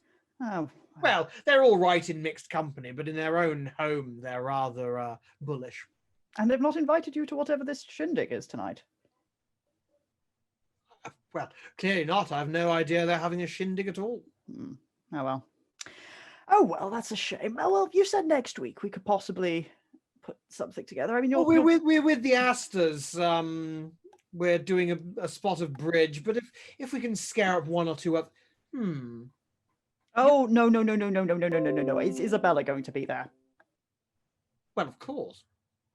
Oh, in fact, I need to talk to you. I need to tell you a story about darling Isabella. Has been living up to her reputation, shall we say? And the Astors have absolutely no conception of it at all. To them, well, she's simply a darling. Well, of course, it was her cousin's season this year, and her cousin came out this year, and of course, she made the most dreadful scene. About the whole... Oh, I know. Oh, She was trying to catch the eye of some Russian prince or other. Oh, it was, Russian prince. by all accounts, it was a rather vulgar affair. But then again, of course, Russian prince in town. well, for the season, of course. course. Some cousin of the Queen. She has so many. Of course. Ah, well, I don't miss St. Petersburg. Anyway, maybe yes, next week. Maybe next week. Then I'll stop. You're not seeing anyone at the moment, are you, Christopher? No, I'm We I'm really not. do need to get you settled. You're becoming something of an old maid. I think I might see if I can invite Nancy Whistler. Now, I don't know if you remember. Oh, you know the Whistlers. Yes, yes, but that I hate to sound ungentlemanly, Charlotte, but she's a bit pointy. I believe you observed before that she has a certain sharpness. I assumed you were referring to her mental powers. Oh, No, it's the chin. I understand. Yes. I understand. Yes. it's not the wit, it's the chin. I know. She was such a pretty little girl too. Yes, a bit pointy. Well, Christopher, the time will come when you can't afford to be so picky. She's a charming enough girl. She's from a good family. There'll be plenty of money. Well, And we do know how much you despise the idea of working too hard for a living. that's yes, very true. But also, I'm still very young, Charlotte. Yes, I was married by your age, of course. Yes, but you're a good lady of fine, obviously of a very fine family. I'm a man. I have to live in the world a bit. Please spare me the sowing of the wild oats. I hear quite enough from both father and my beloved husband. Have it your way. Sorry, father had those conversations with you. You can stick to your theatre girls and whatnot. That's fine. It's none of my diverting. none. I am certain they are, but you can't very well end up with any of them, can you? Although I say that, quite a few of them are doing all right for themselves, aren't they? I'm not going to marry an actress. Let's be quite clear on this, Charlotte. I'm certain you wouldn't dream of it. But on the other hand, well, you're acquainted with Lady Woodbridge. She's involved in the theatre and recently widowed.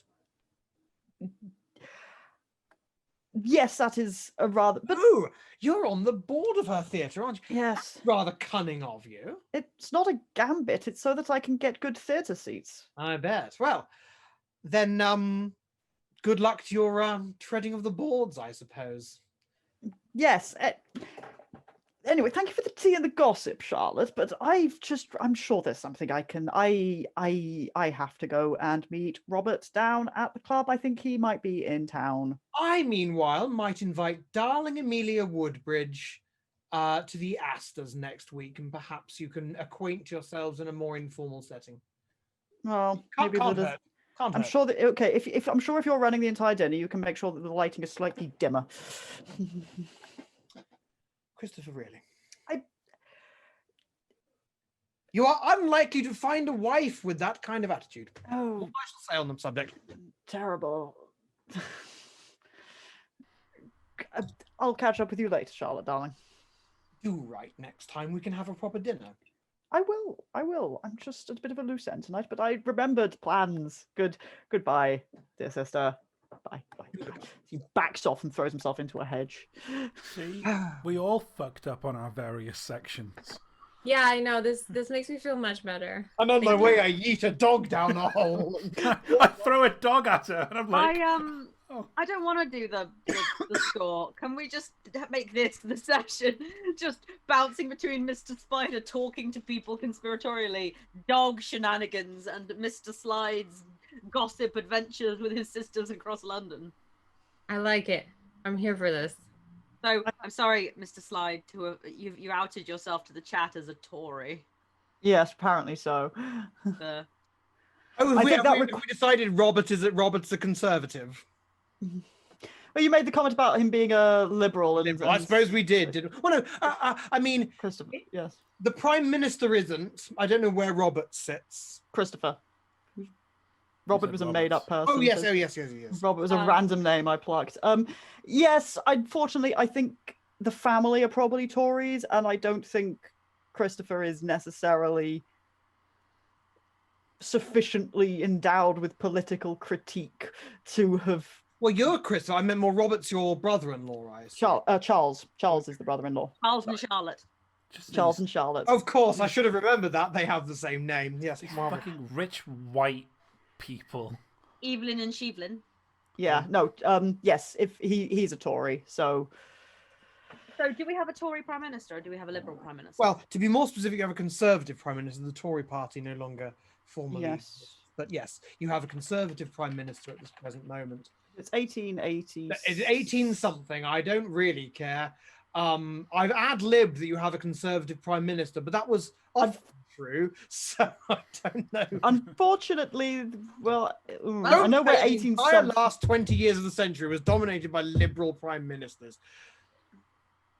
Yeah, I think it might be. I'm looking. Well, it's fine. It's fine. Unfortunately, it's almost certainly Gladstone right now. There also weren't vampires. Yeah, that's fair. Also, well, you don't know that. I mean, we're not.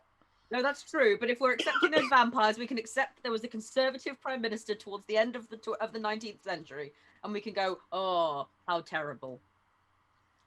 Yes. Actually, there were some intermittent ones, so we've just got one of those brief breaks in Gladstone, and it's a Conservative. I think it might be a Cecil. Sometimes a Cecil will show up. Yes, unfortunately, that's the case, and they're not to be believed. Oh, actually, yeah, right. It might be Robert Gascoigne Cecil. Actually, Jesus Christ, the Salisburys really are everywhere. Yeah. Okay. Can I do something?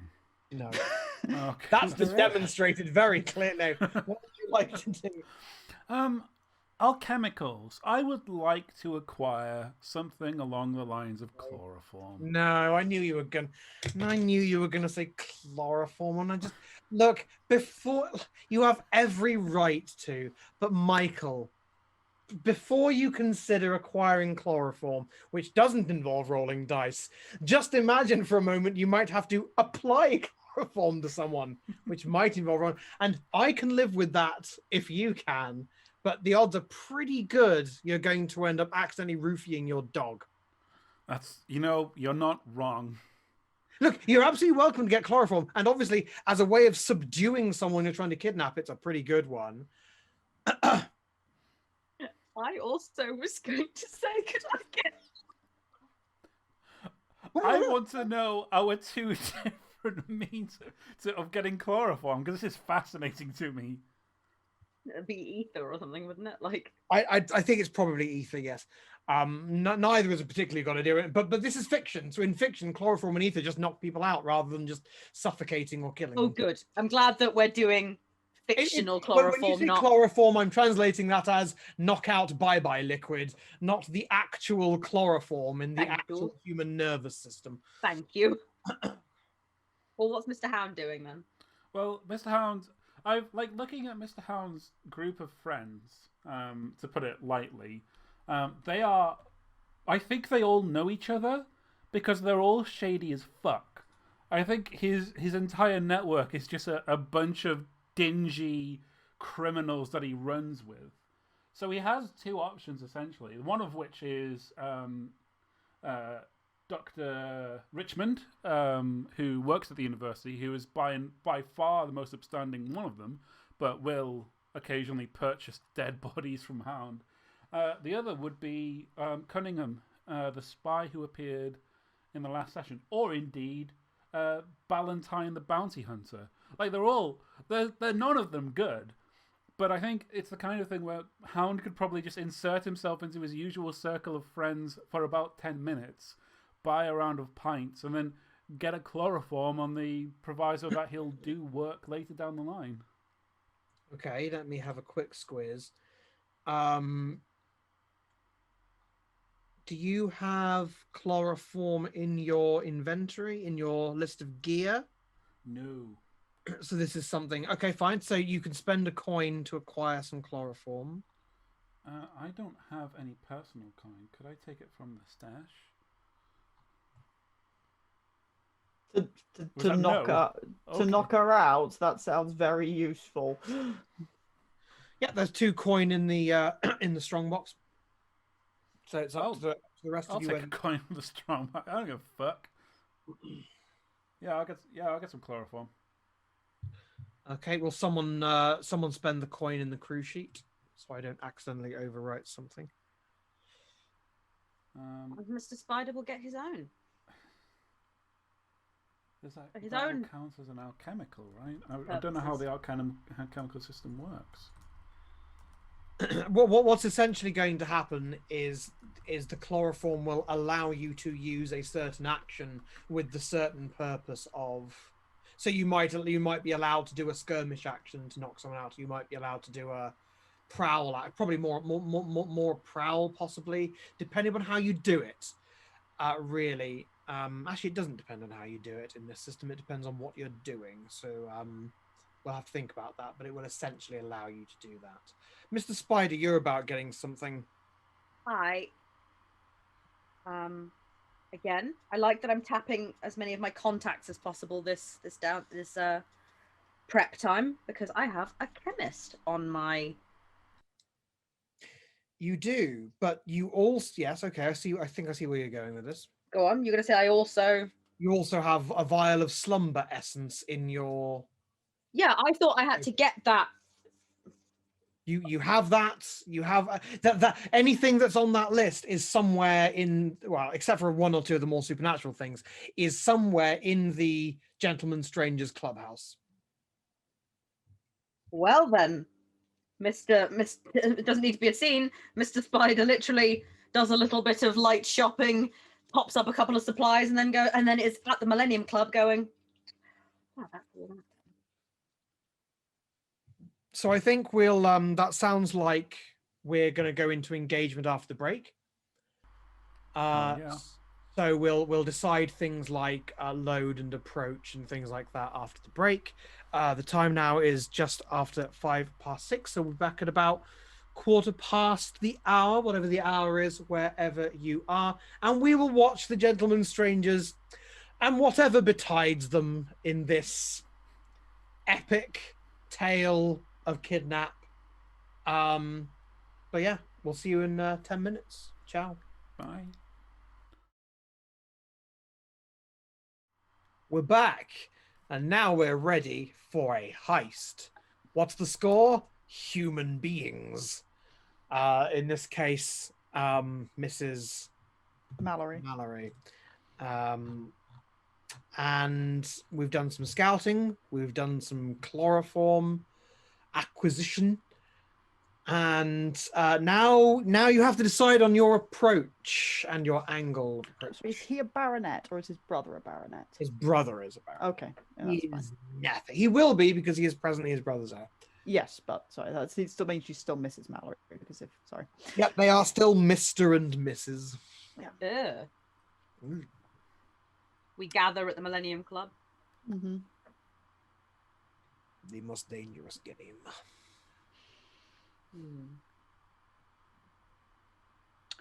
Anyone want to find anything definitely useful? I know that they are societal climbers, Mm-hmm. that they maintain a rather larger staff than their station may necessarily demand, likely in preparation for their rising in the social ranks.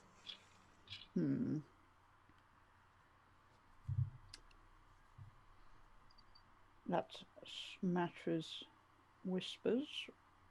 Hound cutter? Oh, sorry. I was going to say, I know that they entertain a lot. Yes. We've learned that the house next door is empty. However, it looks These- like it's been recently padlocked around the coal cellar. Do we need the coal cellar? Point of egress, maybe. Are the two connected, do you know? I think probably unlikely around the cellar.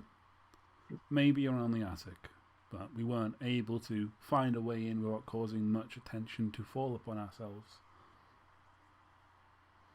The problem, as I see them before us, is that it will be particularly tricky to break into the house, given that the staff is so numerous. The staff seem concerning. Now, I believe that I, obviously not bemasked, could insinuate myself to a social engagement at the house. From what I know of them, I'm confident that I can convince them that it is worth their while to entertain me, I think, for an evening or so. Given your connections at the Adonian. Yes, quite. So it's possible. The options of once I'm in there really tend to amount to finding something out incredibly useful, which they'll just desperately tell me immediately, providing some sort of horrendous distraction, even just by having a thoroughly good time, getting them both uproariously, one or both of them uproariously drunk,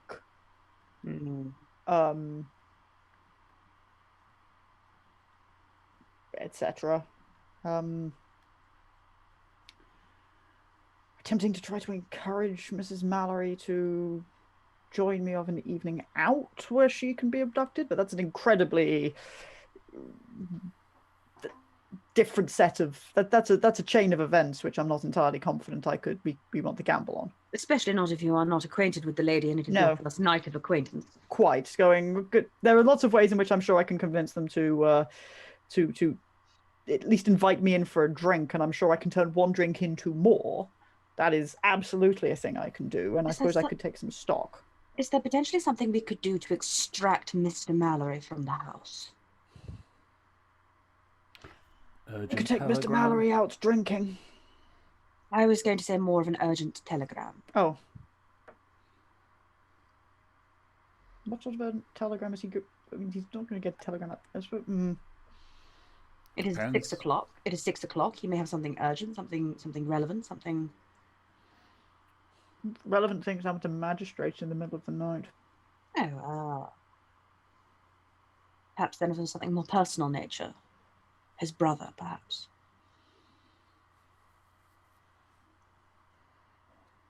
I don't really know much about his brother. Obviously, he sits in the Lords, but I don't really know the chap. I mean, magistrate business, of course, a runner, something. I am thinking particularly a telegram because it is easier to disguise one's tone. No, I take your point. It's light on details, but also what if a telegram has been delivered to him? Then that suggests that has been a message sent over a great distance rather than business within London. Otherwise, if it were business within London, then surely someone would just, if someone could deliver him a telegram, then they'd just send him word. If you catch my meaning. No, quite reasonable. Quite reasonable. We could represent that word. I have a feeling that we must remove him from the house in order to make the extraction of the wife cleaner. I can possibly have a go at that. If you are to also be the point of interest for the wife also, that makes it difficult for you to be two places at once. Do you need me to be the point of interest to the wife if I just get the husband out of the house for the evening? I can guarantee for you I have nothing this woman is interested in. But does she need a point of interest? If her husband is out, then I just keep him occupied for the evening. Very well. And should that fail, and they are both in the house together, I'll get them both drunk. Or just him drunk. Did Mr. Hound or Mr. Carter, did either of you get a sense of where the lady's bedroom may be? No. The most we got on, other than what we were able to determine, was that the staff are very busy at the moment. But Very busy. Unwilling to take on additional staff. That was a line of inquiry I did try. So they have seen you. Small town house. Unlikely they're going to need any immediate help, but if they're very busy, then maybe something is going on there. I hate to say it, I may have to play this a little bit by ear. Go in, either... Right. If I can get the husband out of the house, so much the better. If I can't, is there any use for me while I am there? I am genuine in my point of trying to get everyone as drunk as possible. Yes, but also try and ensure that there are places where we can know where they are. We don't have a map of the house. We don't have a manner by which... Heavens by which Mr. Shadow had responded to his crow. I'm sure I can get an opportunity to slip away and at least take a little bit of a reconnoiter of go, well, there's that window there. Yeah. And then you break it after or during? You potentially unlatch a window for Yes. Mr. Hound and Mr. Cutter. And you can you carry her out of a window? You'll have to. Hence why Cutter must be there. I was hoping the attic. But the servants' quarters might be on the top floor. That's a matter of serious concern. And I have no real means of doing anything to or about the servants. No. We are missing something here. We need a distraction. In the night, during a point where she is vulnerable, a distraction is ideal. We set the empty house on fire. I was thinking the same thing. Sorry, It's I an didn't excellent sound plan. quite so excited. I was thinking. No one will get hurt because it's empty, but it would be a distraction. Sure, that's how fire works traditionally. Hound and Mr. Carter, I'm aware that perhaps your relationships with the good city of London might not be as long-standing as Mr. Slide's and my own. But there was a tradition some centuries ago wherein a fire was started in a place that it was deemed would not be the most conspicuous. And most Something of a great fire. are great in nature. And although the fact that the loss of life was particularly slim, I am not interested in that much property damage on our bill. Fire is terribly difficult to control after all. Weather. Smoke.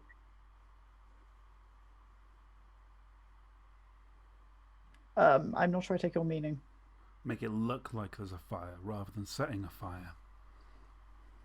Rather than simply throwing a lit fuse into some ethylated spirits into a basement, placing some sort of smoking.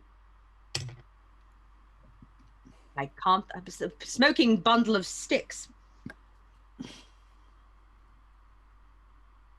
I don't know anything about fire, but I'm sure that wet leaves do something if they're like not dry or something. It makes it all smoky and gross. They slow down the bloody railway. Always leaves on the tracks. Frightful. This is absolutely outside of my area of expertise. The most I don't know guess is anything about to this. just sort of I'm lubricate simply the thinking. situation. I'm simply thinking. I know we must not overthink, but should you get in, find a way of unlatching a window or some such. If that can be planted, Yes. perhaps then I can arrive as some sort of gentlemanly bystander and attempt to rouse the situation. Oh, we need to agitate the situation somewhat in order to be able to get this going. If these things fall into place, gentlemen, do we believe that we have a plan? I'm not sure what the I'm very clear on my role in this, to be frank. But are you able to be flexible, Mr. Slide? Yes. Then, Mr. Hound, do you believe that as our chief extractor, you and Mr. Cutter will be able to extract the lady with these pieces in place? So long as we have a point of entry, then yes. Which might be a certain amount of opportunity between the attic or whether or not I hit a window.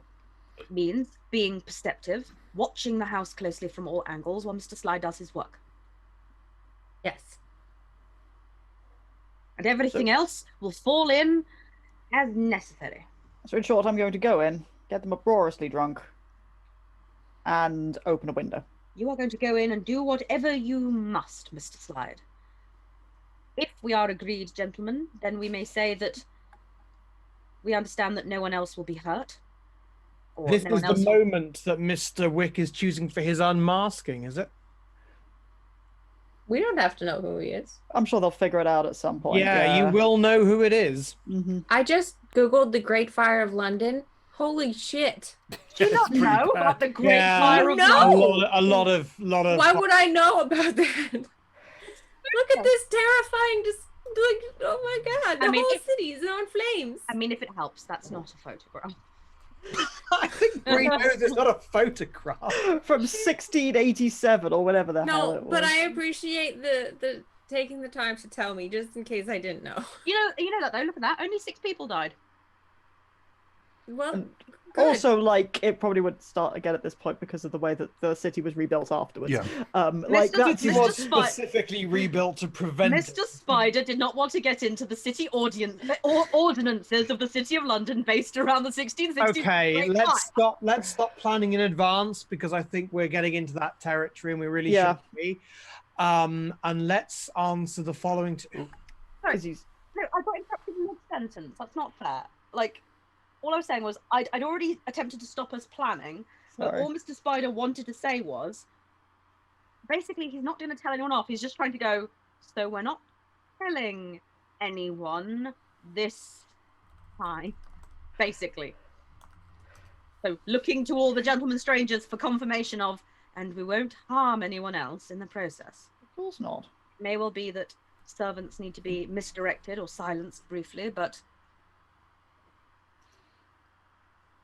Hound is course. nodding, looks idly to the side, and then just adds, I was born here, by the way.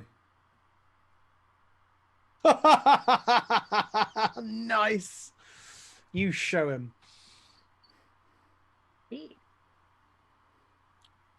Yeah. anyway, no, don't ruin his mic drop. We'll move on now. Right. Mr. Spider got his meaning. What? What the fuck is this? I don't understand it. I think I like it, but I think it's one of these classic too many. No.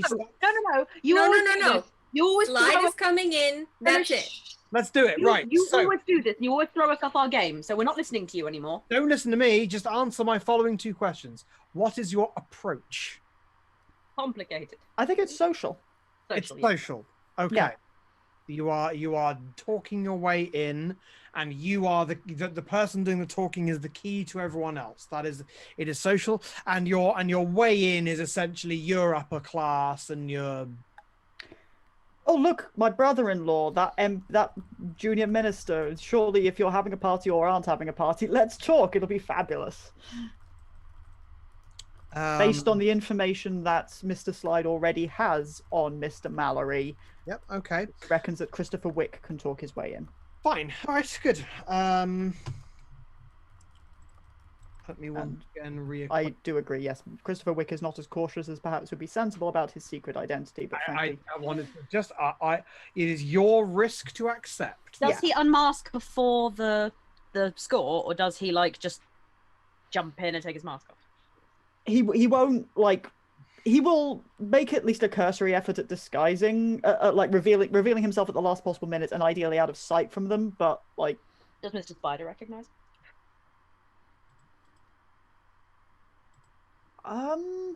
Yeah, like it's highly likely he'll get a glimpse of him. Would Mr. Spider have any concept of anyone who has worked in the diplomatic service? Oh, he would. Then he probably does.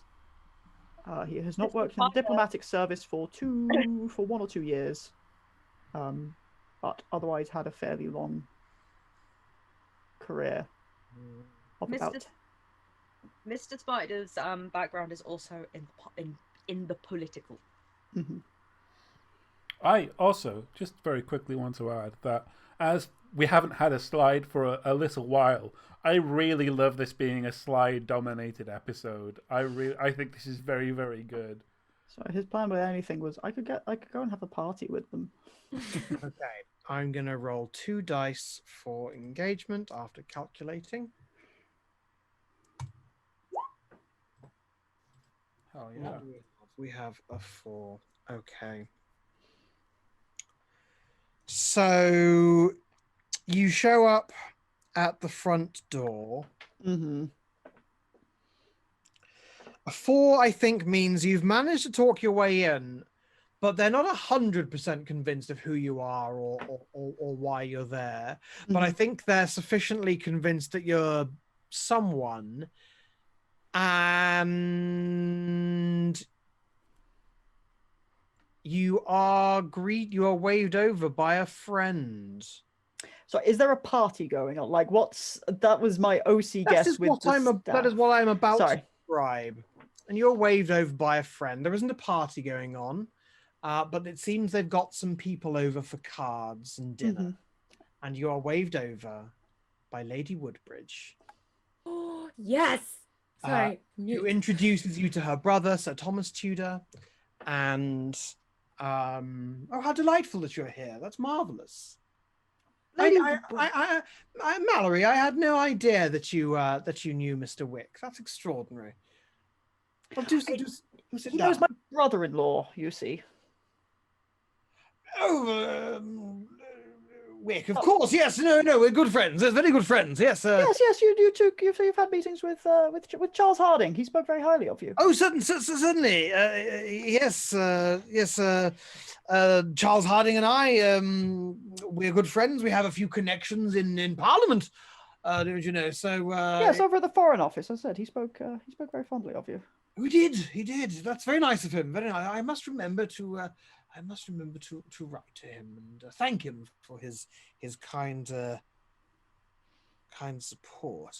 Yes. Well, I'm sorry you're a bit late for dinner, but please do sit down. We can always cut you in for some cards. Oh, that sounds delightful. A chance for a snifter of brandy or the like, or wine? What are we at this point of the evening? I'm sure Mr. Wick asks for whatever is actually appropriate at this time of the evening. Yep, absolutely. You're given some sort of fortified wine or sherry or something of that nature, whatever you fancy, and you settle down to some cards. You've never met Sir Thomas before, but he's Mr. Thomas Mallory. No, Sir Thomas Tudor, Lady Woodbridge. Oh, sorry, yes. He is rather young. He's younger than she is, and she's only 25 or so. She's a young widow. I hadn't realized. She is a very young widow. Yes, she really. Oh, suddenly I'm much more interested. No, she How is. have we not figured out that Mr. Slide is a dick? Yeah. No, she's her husband was struck down by an illness. So she has no children but a vast fortune. Meanwhile, the Viscountcy of Woodbridge has gone off to some cousin or other. She doesn't. Yeah. It doesn't matter. She's got the house and the money. Yeah. That's that. And she does some good with it. But yes, so that's nice. Possibly a familiar face. So the five of you sit down to play a few hands of cards. Slide's gambit at this point is to be ebullient and pleasant. He intends to lubricate this with two things, one of which again being you know how you're interested in working for my brother-in-law and you see him as an in, I can definitely help you there. Just that's lightly sprinkled. But the other is doing that thing of, I'll have a drink, you'll have a drink. You know, if there's a bottle there, he'll top up people's glasses. He is absolutely talented at that particular kind of social, let's make this a bit more rambunctious. Oh, well, okay, then let's set you up for what the atmosphere is like. And maybe you want to roll something? Well, I'd like to roll a sway. What are you trying to whom are you trying to sway, and what are you trying to get them to do? Okay, what is the sort of everyone really, but I think the priority is going to be Mr. Mallory, because as I say, Slide's final goal is for the party to be a bit more casual, booze soaked. I think this might be a consort rather. Okay, consort, that's fine. That's fine by me. Yes, casual, booze soaked, the sort of thing where he can get people a little bit more loose, and also the kind of thing where like him nipping off to the bathroom is going to be a bit like he's got a bit more leeway because people are busy in their cards rather than going, where is he? Okay, so consort, we are going to say that this is controlled position. Oh, I'm gonna have a lot of fun with this. This is controlled position, risky effect, because of course Lady Woodbridge knows you. Yes. But I'm going to give you a bonus die, cashing in both a help and a hinder. What? Why is there a hinder? Because someone's bought a hinder last week actually, and that hinder is the risky position. Right. Not risky position. Controlled position, limited effect. Because there's no risk here. No one's gonna punch you on the face. No. I'm just trying to think of my options of buying something up. As you can spend. I can spend stress, or I can contemplate a devil's bargain. Yes. I suppose the devil's bargain I would try to take is probably somewhat Lady Woodbridge related in terms of her becoming a bit of a social albatross to obstruct me. But or I'll just spend some stress. Like, has anyone got any? I'm down for some bullshit ideas, folks. I think the devil's bargain I would suggest, and this is just my suggestion, is that your appearance was unexpected and very strange. Yeah. I think you're a very personable person. I think the devil's bargain is you will be not. I don't think anyone's going to make the stretch for blaming you for what happens tonight, but your name will be connected to what has happened tonight, rather than oh, it was dreadful, there were numerous people there, rather than it was dreadful, it all happened after that strange man. Well, not quite that, but yes, your name will always be mentioned when this story is told, rather than abstracted away as there were some people there. Don't know if I like it's a perfectly good devil's bargain. I don't think I want to. I think I will just spend some stress. I think crossing this. I've already crossed the streams a bit too much tonight, or rather, I'm perfectly happy with this. So I will spend 2 stress. So I will have 4 dice. So position is controlled. Yes, The effect is limited. Yep. But I have 2 bonus dice. you do. Okay, a 4. For what garbage rolls? I rolled a 3, 3, 4, and a 1. You did. Hot garbage for 4 dice. So I think the limited effect comes about actually less from Lady Woodbridge mitigating you, and more from the sheer bullishness of Mr. Mallory, because you have successfully managed to keep everyone's drinks topped off, except for a very firm hand over the glass from Lady Woodbridge. She does this. And that's that. But it doesn't matter about her. That's fine. The Mallorys are the important ones. It turns out that when Mr. Mallory is in his cups, you, the masterfully silver-tongued Mr. Christopher Wick, cannot get a word in edgewise. That's okay. And but so you've successfully addled the wits of the Mallorys. But further manipulation will be difficult, because anytime you're trying to get anything done, you're going to be interrupted by did I ever tell you about the time I met? Oh, that's Maharaja? fine. I will encourage him to be the center of attention and a dreadful bore.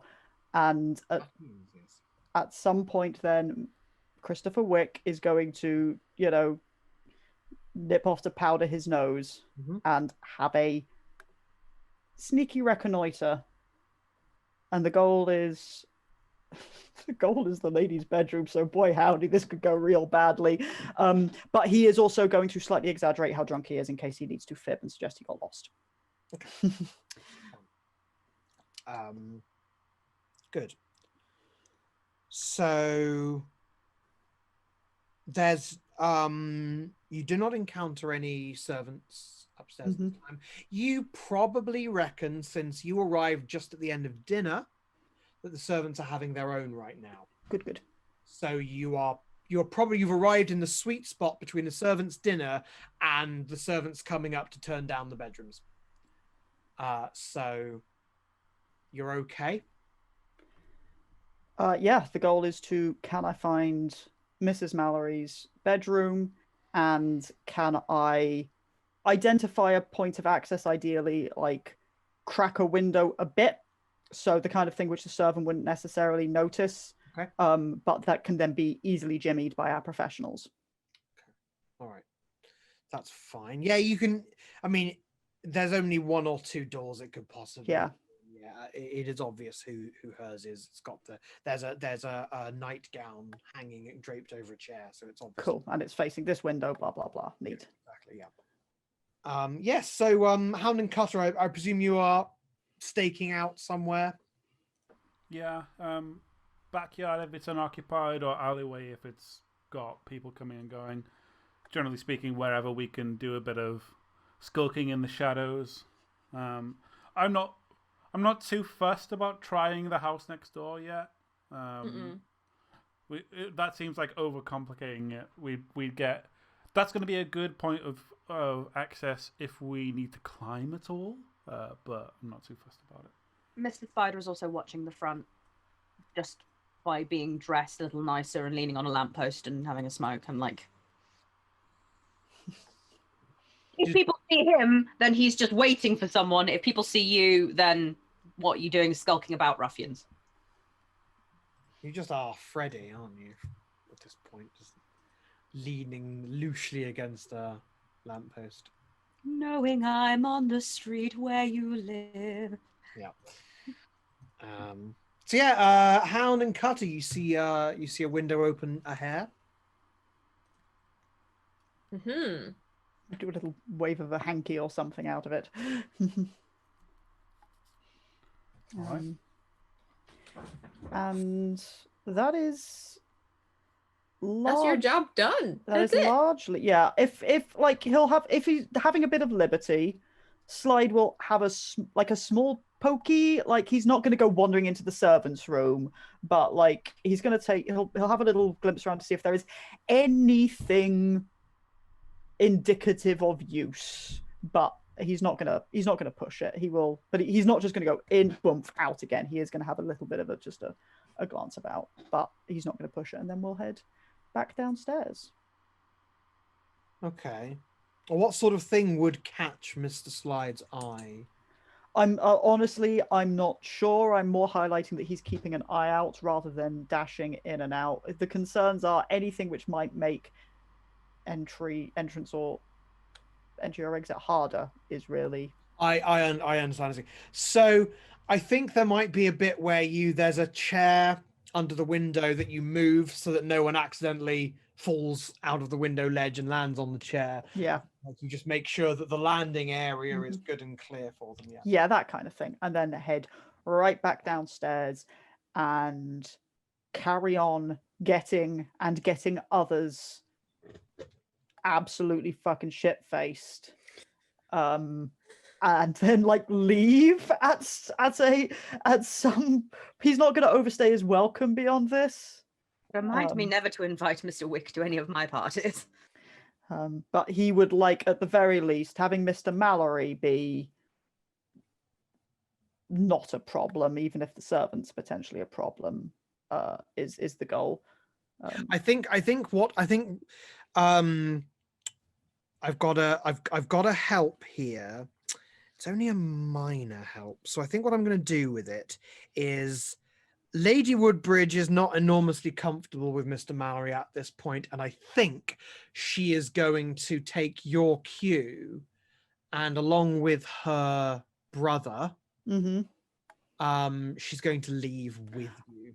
Yes, certainly. That's absolutely it. And that way, if Mr. Slide can take a cab out of town, out of the way with her, he has an alibi for what comes next. Yep, that is the plan. I'm leaving this adventure after to go sit in a carriage with Lady Woodbridge and go, gosh, she was a dreadful bore. I did this as a favor to I thought I'd be doing my brother-in-law a favor, but yes, absolutely. You on the other hand seem to have rather impressed her with your behavior. The ship is sailing, Kath, whether I approve or not. Well, look, I'm not going to ask you to tell me how hot she is, because do not indulge Mr. Slide's awfulness. He is a cad. She said so. She is. I think the best phrase I can use that does not, I believe, take us down the dark path of objectification is she's perfectly pretty. That's nice. Give me a moment. Perfectly pretty young woman. Kath, do you consent to us shipping Mr. Slide with this fictional NPC? Yes. I think, like, frankly, I feel bad for her. I'm here for it. Yeah, no, fine. She's her brother seems rather sort of dull. He's had a bit of a rabbit in the headlights thing going on. You get the impression he might be a little new to London, and certainly new to characters like Mr. Mallory, who are entirely much. And to be fair, once Wick is not on a mission, he's a nice guy. He likes having, well, he's not a nice guy, but he likes having fun with people.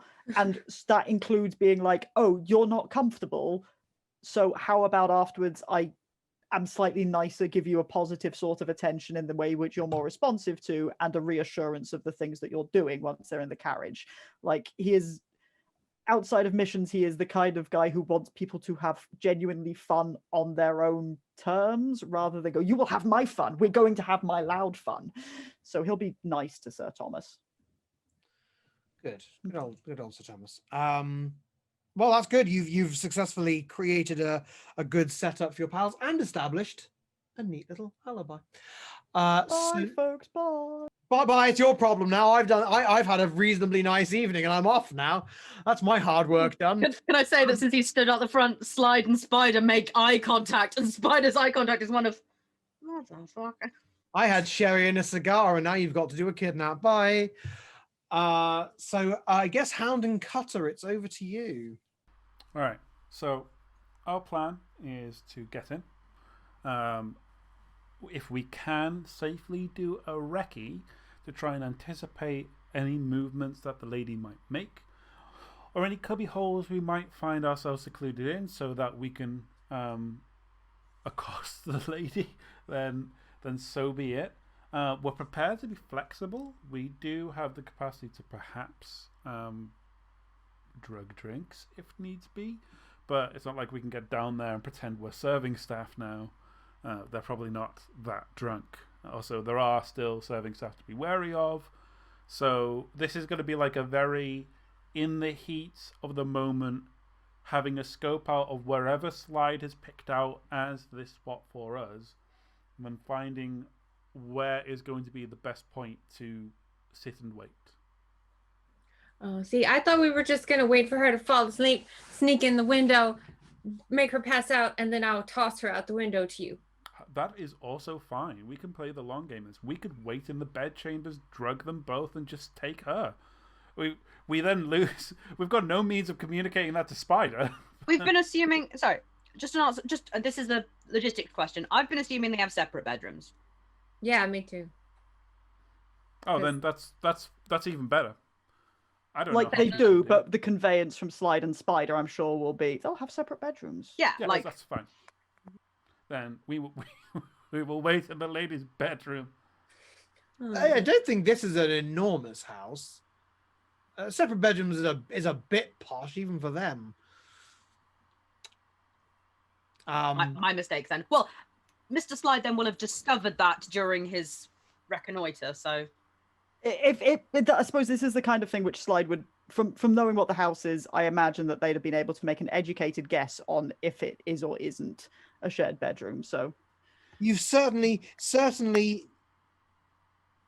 Slide located the bedroom she sleeps in, whether it is the bedroom she sleeps in alone. Well, Slide Slide can't tell them anyway.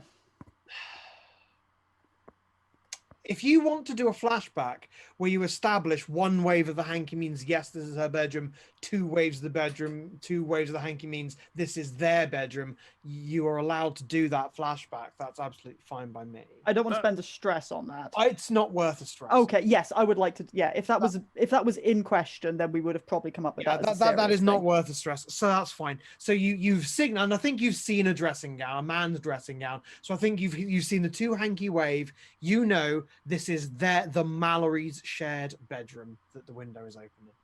Okay. I mean, we're still going in. I need to figure out what comes next. Yes. Okay. I mean, the good thing is they are unlikely to retire at the same time. So we can drug whoever is the first through the door. If it's her, great. We just bundle her out the window like we said we would. If it's him, we drug him and put him in the bed. Then we drug her and bundle her out the window. This seems fine, right? This seems fine. This is a normal and okay thing to do. I am more than open to suggestions, but given our particular skill sets, this seems most valid. I rather imagine that, to a degree for this plan, knowing that Cutter and Hound are going to be in the house and just they've got drugs and they're going to ad-lib, it comes down to Spider to enact the part of the plan, which is excite the house and try and flush people out. And maybe a similar handkerchief code of we've got one of them unconscious, but it's not the right one, or we've got them both unconscious. Now you may spring forth. I'm not suggesting that Spider at this stage would have any clue as to what that might be, but this seems to be the best opportunity that we have for our phase of this heist. as far as I'm concerned, I am waiting for a go signal. So that's the whether or not that happens is up to Hound and Cutter. But during this time, Mr. Spider is going to be like watching the house, and I had a realization, but mercifully, I can flash back at some point about it. So we'll cross that bridge when we set it on fire. Yes. I can't remember what we're setting on fire or why, but I'm really excited to find out. So you're going to have to get up into this window. I don't think that's going to be too much of a problem. It just so happens that I've brought my climbing gear. You have. We didn't cover load, did we? We should have done. I No, always I'm forget. going to be relatively light, I think. Light load for you lot is 5 anyway, so that's, you know. So you have your climbing gear. Mr. Cutter, are you much of a climber? Actually, You do. You I don't can have think climbing so. gear. Yes, you can have climbing gear as a universal bit of gear. would it make more sense for Cutter to then, not to try and conflate this, if Cutter gets into next door and then tries the attic route, we might have an additional escape plan if this all goes to pot, or indeed, if the attics are connected and there aren't servant quarters up there, rather than bundling her out of a window, we can just walk her next door and then go downstairs. Walk her out the front door. I like it. If that seems like a viable plan, because I think Hound could probably manage alone. He is a very sneaky chap. That seems like a viable route for Cutter, but it does mean we then can't communicate whether or not there is access unless Cutter comes climbing into the same window. What do you reckon? I feel like that's. I guess the thing right now we're are we waiting for them to fall asleep and then going in, or we're going to be inside, wait for whoever comes first, and hope this works out, and hope it's only one of them coming in. I'm going to help whoever's the next into the bedroom to go to sleep and then take it from there. Okay, that's our plan right now. Yeah. Is get inside. Okay. So you're both getting in. No. Nope. Yes. What? I thought you were going in because I'm you going can put in. someone to sleep. I'm going in. You do what is best for you. I think the plan can work either way. I'm gonna be right outside the window, Great. like for backup purposes. I think Also, I could if toss one you of them out. comes in, you're good. Yeah. We got this. Toss Yeah. the body out. Yeah. If 2 of them come in and it's a big giant fight, I have to go in there and save your ass because I don't want you shooting people. It's not my only recourse. No, he promised. He promised Mr. Spider. I pinky swore. He promised not to kill anyone. He didn't promise not to kneecap anyone. Okay, so that's it. Yeah, I'm in. Cutter's lurking outside. I'm waiting for the first one of them to come into this room. I've got my plan of action if it's him. I've got my plan of action if it's her. Okay. I am presuming they don't come to bed together. Will you prowl for me? I would love to prowl for you. To get up into their bedroom. That'd be just superb. Control position, standard effect. It's not controlled. Ah! Risky position, controlled position, climbing up good, decent people's walls in the middle of the night. Standard effect. Do I need to spend stress now for bonus dice, or can I do that after the fact if it's poor? You do that. You decide to do that now. You do that based on how many dice you have, not how much you've succeeded, I believe. Ah, I see. I might be wrong about that. I've always assumed it was when you're forming your dice pool. I don't. But yeah, bonus dice, push yourself, take stress, or accept the devil's bargain. So it looks like it happens at the same time you would do a devil's bargain. Right. Okay. Yeah. Which is done while you're deciding the roll. I'm gonna push myself. I'm gonna take a bit of stress. I think it's worth it. Because I want to make sure I get in there safely. Otherwise, this whole thing falls apart. A 6. Very nice. Very good. Okay.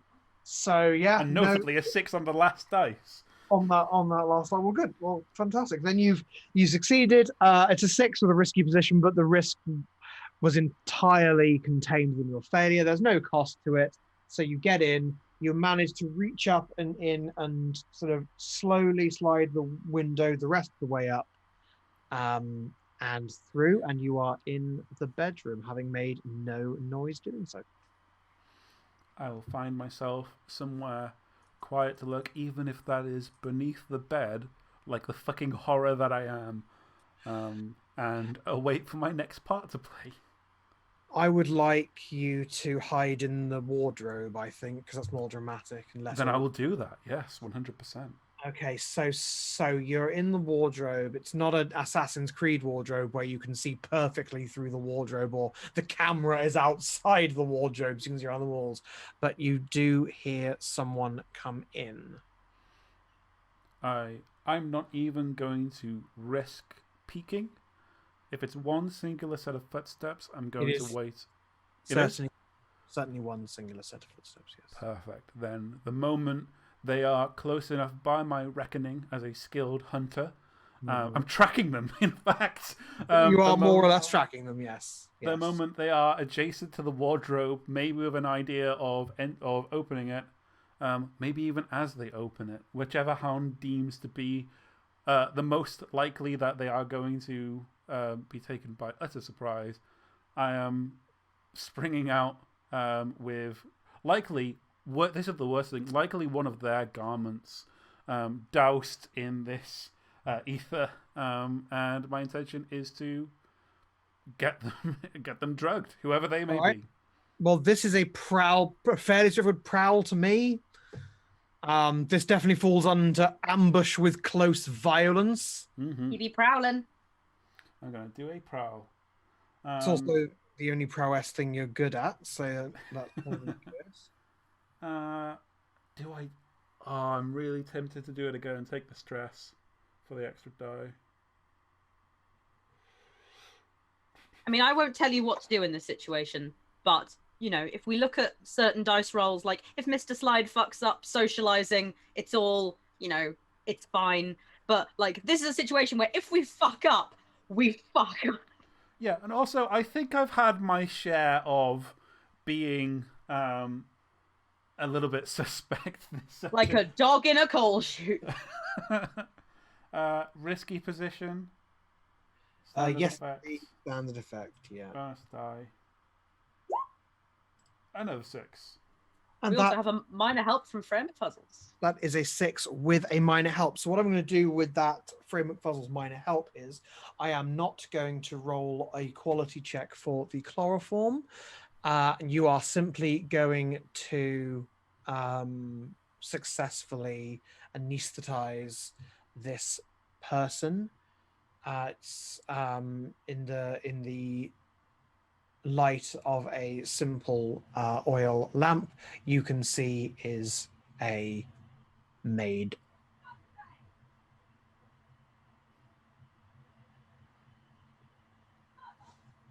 I can hear you shouting "motherfucker" at me from upstairs, Izzy. Time to dress up as a maid. Of course, her clothes fit you perfectly, so you can bed's ready, sir! Well, she's going in the wardrobe and back in position. Yeah, it's an Assassin's Creed wardrobe. It can hold an infinite number of bodies. Even if she goes under the bed, I need to reset this scenario. Since we on this stream are always concerned about the ways things are being portrayed and represented, Mr. Hound lies her gently on the side in the recovery position, you know, ensures that she is comfortable and is not going to traumatize herself for being knocked out, waking up in a cupboard. Her like a rag doll in a video game beneath the bed. Her limbs flail. Now, there will be like a string of curses from Hound. Wishing he had peeked, and it will be like she needs to be put under the bed. Okay. Unless, no, that's a bad idea. Yeah, what happens is when you try to put her under the bed, the geometry of her body goes wrong, and her arm starts flapping up and down and stuff. It attracts the NPC guards. They know this noise. It's a completely diegetic sound, and people come running up to see what's happening. No, she's getting stashed. I'm going back in the wardrobe. I'm swearing. Okay. Now I'm going to roll a die to see who comes into the room next. I will drug this whole fucking house. Would you prefer the outcome, Mr. Hound, to be an odd or an even? Odd. And to be clear, you're preferring, I assume, the outcome that she comes up to bed first, aren't you? That would be ideal. I would You like want me odds. You want me to roll an odd number?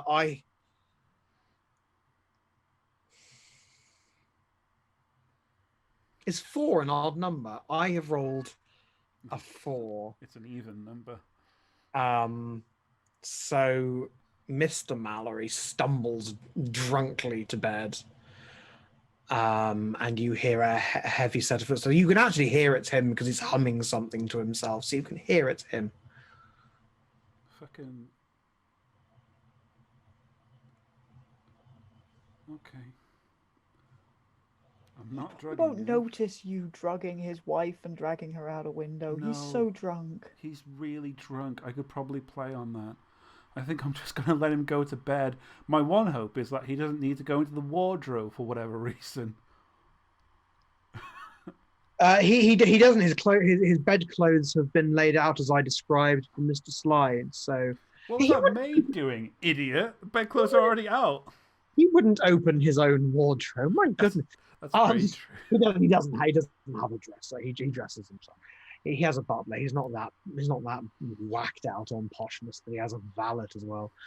I spend the majority of what has been probably like an hour in this wardrobe, staring out from the small crack I've now afforded myself, looking at Mr. Mallory now in bed, snoring vividly. Yes.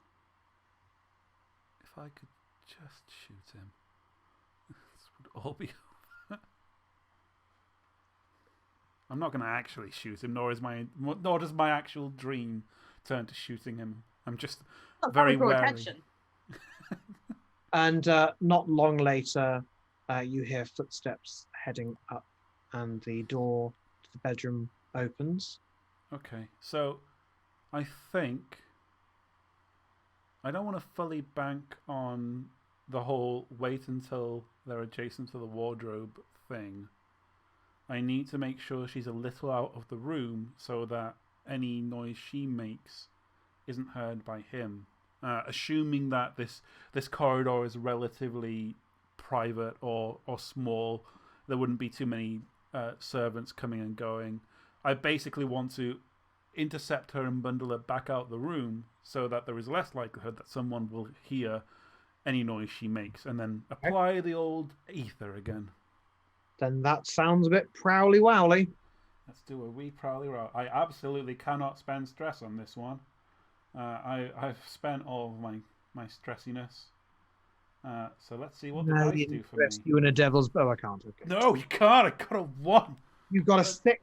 Sorry, I have a 6. I was thinking about other systems. I got a 6. You got a 6. I got a 1. Imagine getting a 1 on this of all moments. I really thought you got a 1. You. I did get a 1.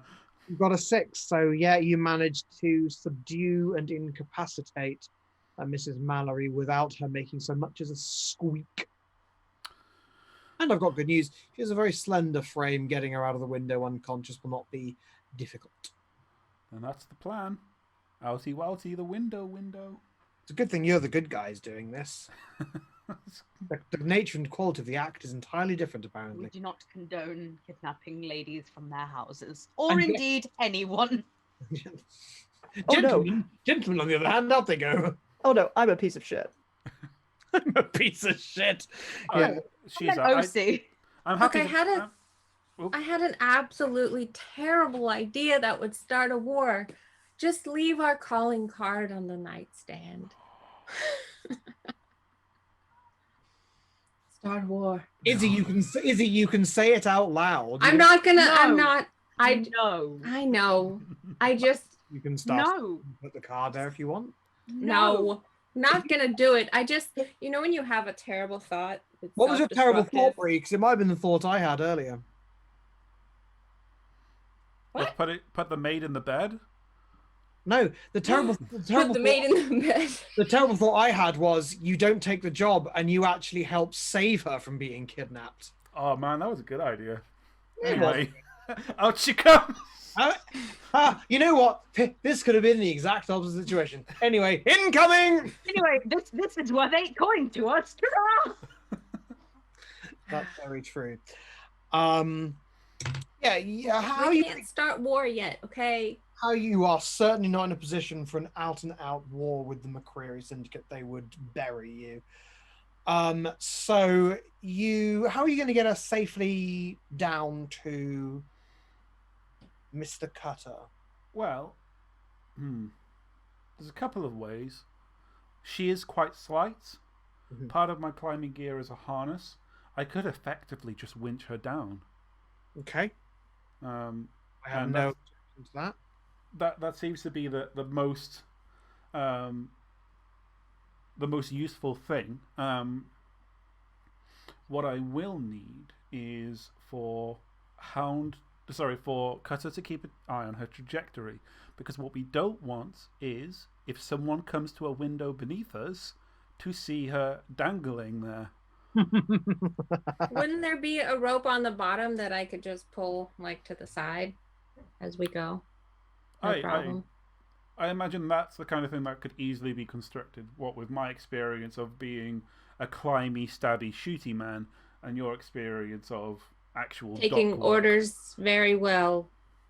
And also, Cutter, you know perfectly well about winches and pulleys and things, because Yeah. like that's your day-to-day job. Like you know how to make sure a crate goes where it needs to go. And this is hardly a crate; it's a slight woman. No problem. He weighs about as much as a bolt of silk, probably. I don't know. Maybe 1.5.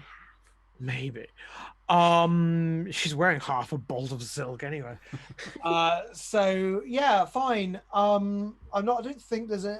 I do want to make some sort of roll for this, but I don't.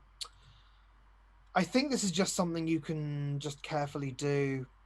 He's so asleep because of how drunk he is. I think you would have to slap him around the face to wake him up. So I think this is just something you've managed to do. Like you've described to me a perfectly sensible system for doing this. The servants are all. You actually heard while you were setting up the harness on the recumbent Mrs. Mallory, you heard the servants tramping up. Your heart stopped for a moment, but then they carried on up the stairs to the attic where you assume they sleep. So no one's going to be downstairs as far as you're aware. But either way, you've got your system for making sure that she's not hovering in front of the window at any point. And then you climb down yourself. Could you do me a prowl perhaps for that? I'll happily do a prowl. Risky position. Yeah, standard effect though. No bonus die. 2 and a 1. Oh, well, Here two it is a is. failure. 2 is a failure. I think this probably makes sense. You have relinquished some of your climbing gear to ensure that Mrs. Mallory descends safely. You do not descend safely, but you do descend. And as such, I am going to issue you a twisted ankle, which is level 1 harm. How? I'm not going to resist it. And although mechanically you can walk on that, I think I think you're going to be limping along while Cutter hoists your cargo over her shoulder. Has this sound attracted anyone from within?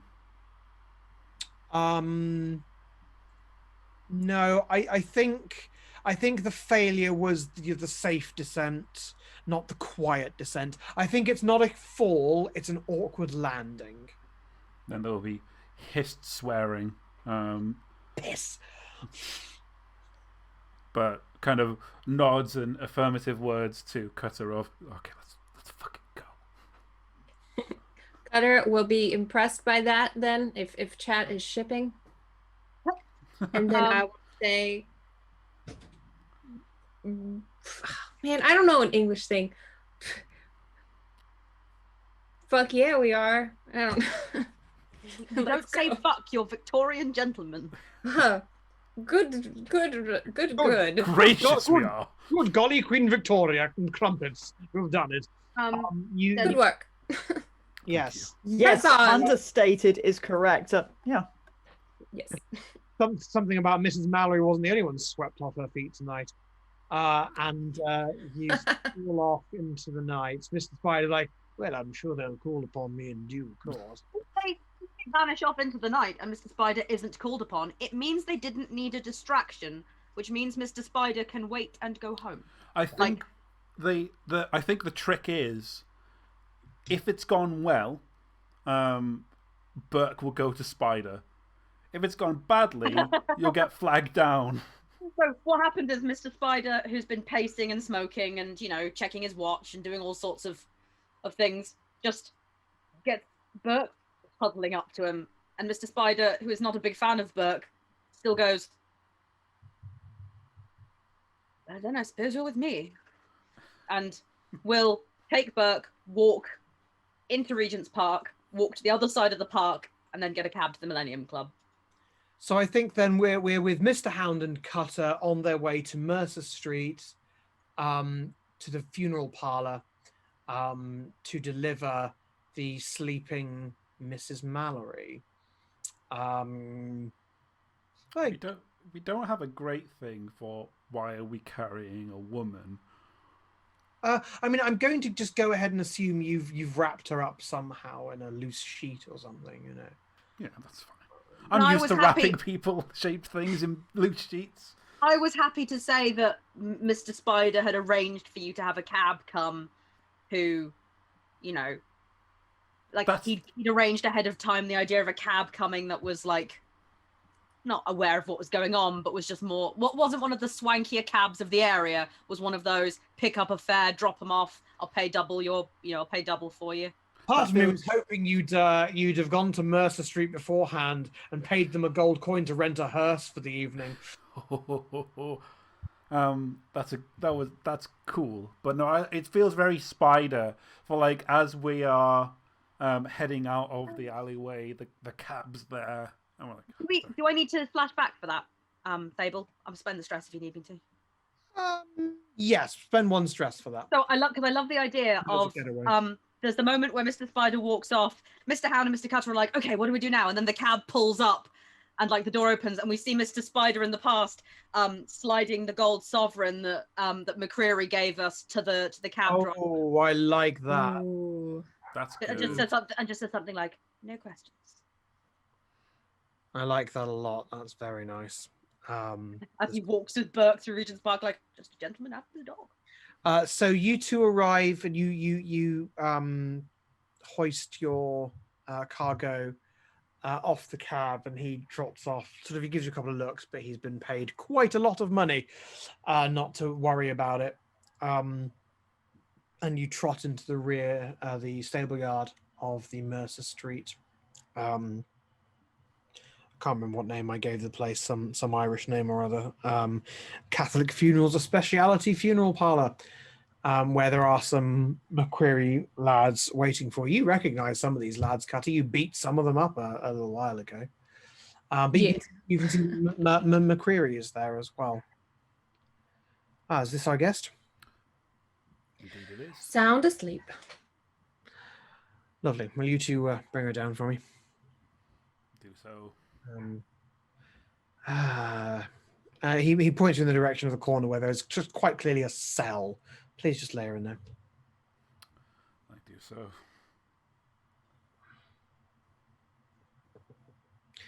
Any complications I need to be aware of? No, they're gonna know naturally that she's missing. Good. A maid will have seen a flash of a gentleman, but nothing too out of the ordinary. Given No the one dead? circumstances. No one dead. Very good. Very professional. I Well, nearly made a joke. What were you going to say? No one dead. And I'd say, I'd be brutally honest if anyone was dead. You know me, always forthcoming about the deadies. No, I'd tell you. I'd be proud of it. I'd hand you my gun. Well, good. Thank you, gentlemen. Thank you. Mr. Hand, would you stay back? Thank you, Mr. Cutter. That's all. I give Cutter a nod. Okay, yeah, I wasn't leaving till Mr. Hound said to go. I think we'll fade to black from there. Mr. Hound and Mr. McCreary have a private meeting. And that, congratulations, sir. You've completed the abduction of Mrs. Mallory. And my hands are totally clean from the perspective of someone who can just be utterly in denial. Like, I didn't hurt anyone. I've not handed anyone over to anything. I've not And you have an alibi. You have an alibi. Yeah, and I've got like, oh, Mr. Sly can remain in his like, oh, it's all terribly awful, but I'm not. All right. So you don't gain any reputation because you can't gain any reputation because your reputation meter is full. Yay. You did not rob the poor Mallorys, so you didn't nab any coin, because you are, after all, gentlemen, strangers. Heat. Well, yes, there is. Oh, do we need the character sheet open? Give me a second. Yes. Does someone have it? I've got it open now, but only to look at it. Are you okay to document, or do you want? I'm okay to document. I will document your heat. So no one died. You didn't leave behind any sign that it was you, and you actually did mitigate the one member who might have been implicated. You mitigated his implications. So I'm going to only bestow one heat because something like a magistrate's wife has been kidnapped. So that does generate heat. That's all fine. That's all good. Entanglement. This kind of is an entanglement. So I'm not going to double up your entanglements. But your heat is getting up there, so I might start doing entanglements later on. I kind of like any entanglements that come about from this are more McCreary's problem than yours at this point. Yeah. So, downtime then. This is timey-wimey, so while Mr. Hound does now have an assignment from Mr. McCreary, that is a scene for another time. We can assume that Mr. Hound just does normal downtime as he wishes. So who would like to go first with downtime?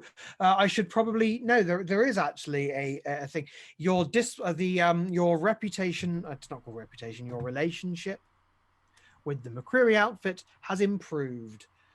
It was -2, it is now -1, which means they're not fond of you, but the relationship is healing, and it might well be in time that it goes back to being neutral, or maybe even you become allies. Who knows? That would be nice, wouldn't it?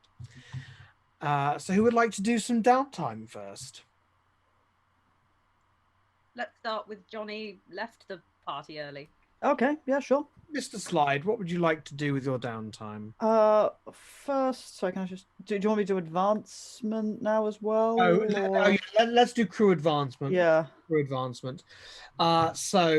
Did you interfere with supernatural operations or destroy a monster? I don't believe that you did. Did you contend with challenges above your current station? Not on this occasion. I don't believe. You certainly did bolster your reputation for mysteriousness. I mean, that was the very premise under which McCreary hired you, right? Mm-hmm. So I'm going to give you I've ticked it off there. Did you express the goals, drives, inner conflict, or essential nature of the crew? I do believe you did. I think Cutter, at least Cutter's willingness to put himself forward for McCreary's wrath was an example of that. But I also think the way you conducted this operation, very specifically not the way that McCreary's boys would have dealt with this operation. So I'm going to give you another experience. Oh, you're 1 experience point away from more crew advancement. That's come up quickly, hasn't it? That has come up quickly. This was actually probably our best job. I mean, I've not seen the last two, but this was a very smooth. This was our smoothest job yet. Can guarantee. It has gone very, very smoothly, indeed. Very good. So let's deal with advancement then. Mr. Slide. I made no desperate rolls. I would certainly say I addressed a challenge with deception or in influence. Yes, I would say so, definitely. Okay, I'm going to tip that up, which will at least fill up my resolve. You expressed your beliefs, heritage, or background. I would again say yes, because he explicitly... the only way you got in that front door was by having the heritage and background that you had. Yes. Did not struggle with issues from vice or traumas during the session. Okay, so I filled up my resolve bar, so I'm going to use that to increase my sway up to 3. Lovely. That's not a downtime action, that was just a thing. So I still have 2 downtime actions. One, I would like to indulge my vice, because I have 4 stress and I roll 0 dice, so I fancy my chances to not overindulge. Yes, good. It's definitely time to not think about what happened after I left that party and what I enabled. Actually, I think this is going to be an obligation. Okay. This is going to be out of a slight sense of guilt. He is going to do some work for his obligation is to Charles Harding, his brother-in-law. Yeah. I'm not really sure what an overindulgence will look like there, so we'll have to to see. But let's indulge the dice. No bonus dice. Are you shitting me? I rolled a 5 and a 6. You rolled a 5 and a 6, so it's a 5, which is overindulgent. It's overindulging. Oh God, you managed it somehow. You managed it. So you clear all your stress. Okay. Yeah. Is it that he's thrown himself into too many social engagements and it? So this is your obligation. Yes. Okay. He's not gone about the town with hen. I'm happy to just change it to that if that's easier. That is a more straightforward one to overindulge at, but we do need to think of a way for you to overindulge your obligation. What kind of possible things come about from overindulging? So it could be that you attract trouble and I roll an entanglement. It could be that somehow your exploits come up and you get heat.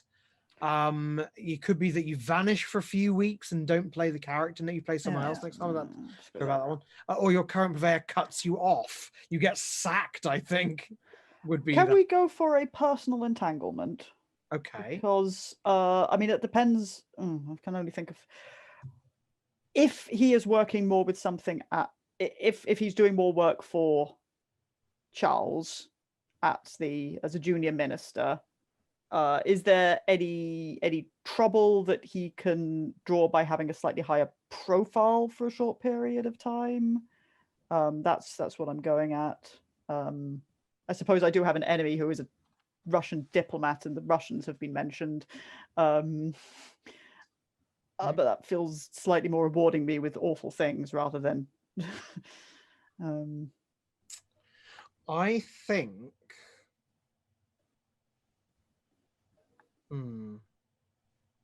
Have a look at these because I think there is an idea that might work. No, that's too much for this. That's too much for this.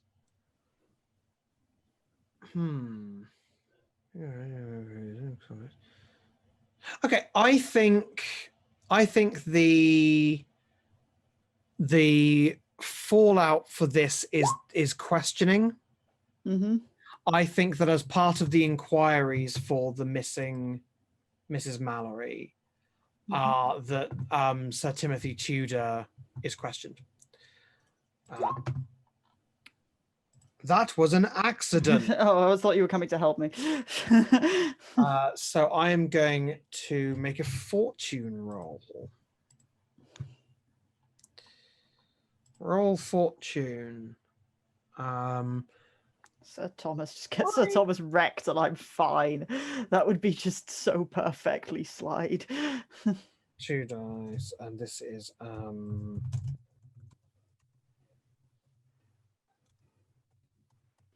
thought I had such a safe bet of not over. I know that did seem so unlikely, didn't it? Yeah. You've got a 6, fortunately. In which case that's a success. Which means Sir Thomas, you made such an impression on Sir Thomas, he didn't mention your name at all, which means that as far as the police were involved, you were never there. Your name has not come up. So well done. Just as well I was nice to him in the cab afterwards. Yeah, like I think that's the way I'm framing it. I think legitimately he thinks you're swell. He looks up to you a bit and he doesn't mention you at all. Carry on being lovely to Sir Thomas. He can become my bro. Sir Thomas, good, not excellent. by law. Second, no. Is working on our rep with factions a downtime point, or is that a downtime action? Is that I'm just interesting. You mean suck up to McCreary? Sucking up to McCreary. I like that. to me, because your relationship is currently a negative one, that kind of is very similar to reducing heat, isn't it? So that could be, you could consort with some McCreary boys at one of their local hangouts, possibly. Yeah, happy to. And the gist that Slide wants to get across is, yes, we do different things, but our stepping on his toes was an accident, and we want to have a positive relationship going forward, is the vibe that Slide is trying to put out. That, you know, he's not going to be cringing, but he is going to be like, we made the mistake, amends have been made, we want a positive relationship going forward. So this is not reducing heat. This is improving faction status. So I think what I'm going to do is, rather than make it so that a success just improves your faction status outright, I want this to have a mechanical impact, but that's a very strong one. I'll tell you what, if you roll a 6, you will improve your faction status outright. Yeah, I'm happy to. So consort, controlled. If it's less than that, we'll figure something out, so you do get a benefit. Controlled, standards. Yeah. No bonus dice. I get a 5. Fine. So what I'm going to do with that, I will think about something for that. Because I do want that to have an impact, so it was worth you doing. Your relationship status is still -1, but I will come up with something that makes it easier to get it to a 0, I think. Yeah, that sounds reasonable. Also, like part of a second downtime action later to do something to finish off the job or something like that. Yeah. If you come up with something better. But yes, he is trying to. Slide is taking the view of, well, if we're not going to war, then we have to be absolutely fucking lovely as pie as this guy, and steerage can maybe kill him at some point, but that's not my job. My job is for everything to go smoothly and for him to like us and for us to like him. Good on stage. I was about to go to Mr. Spider, then I brought Zoom up and found out that I cannot cut to Mr. Spider. Mr. Cutter. Ahoy. Let's give you some experience points, shall we? We'll try to. Anyway, you didn't roll any desperate actions. Did you address a challenge with violence or corrosion? I mean, you threw it. Violence to the doorknob. That is technically violence, probably. I'm happy to let that count if you want. Did you express your beliefs, drives, heritage, or background? Yeah, with my knowledge of pulleys. Well, with your taking McCreary to task, I mean, you've been consistent in putting yourself in his sights all along. And did you struggle with issues from your vice or traumas? Not this time. Okay. Well, it looks like you have advanced your playbook, so you can choose a special ability. Hell yeah. I don't know if you've got one in mind or you want to take time to think about it, but I'm going to think about it. A couple of weeks to think about it. That's fantastic. So what downtime would you like to take? Well, insight training. I'm going to read some books. Yeah, that's great. Cool. Sounds good to me. What else would you like to do? Look, you've actually ended a session with only 1 stress filled in. That's pretty good. I'm kind of incredible. So then I guess I'll do prowess training too. Why not? Just train up. Too. Yeah, definitely. Brilliant. Done. This was a nice one. I didn't have any trauma. A smooth downtime and a smooth score. Very good. Mr. Spider, what are you about? I'm about many things. Get you some experience points. Did you roll any desperate actions? No. Did you address a challenge with calculation or conspiracy? Yes, sir. Yes, sir. I'm going to put these in my prowess. Go on. Did you express your beliefs, drives, heritage, or background? I would say so. Okay. Then experience yourself. Oh, I leveled up my prowess. What does that mean? That means you pick one of those prowess actions and add a dot to it. My God. To a maximum of 3. No, don't worry. I'm going to. Oh, your prowess is appalling. Yes. My prowess is appalling, so I'm going to put a dot into something I don't have a dot in. Prowl, perhaps. Perhaps I've been getting good at moving quietly. You have certainly done prowling in the past couple of scores, so that would make some sense. I think Mr. Spider learning to be a little bit subtler is cool. Very good. And now a couple of downtime actions for you. Downtime. I should like to also perform some insight training. checks. That sounds neat. So I believe I roll insight. Is that how that works? No, you just take 2 experience points in insight. Ooh, oh, wow. Great. Superb. I will do that. Then I'm going to return to Sydney Weller's books. Yeah. Yeah. I shall study the piss out of those books. Okay. Just as I'm doing that, I'm moving between tabs. Okay, so that's controlled, Controlled standard, yep. standard, no bonus. 4.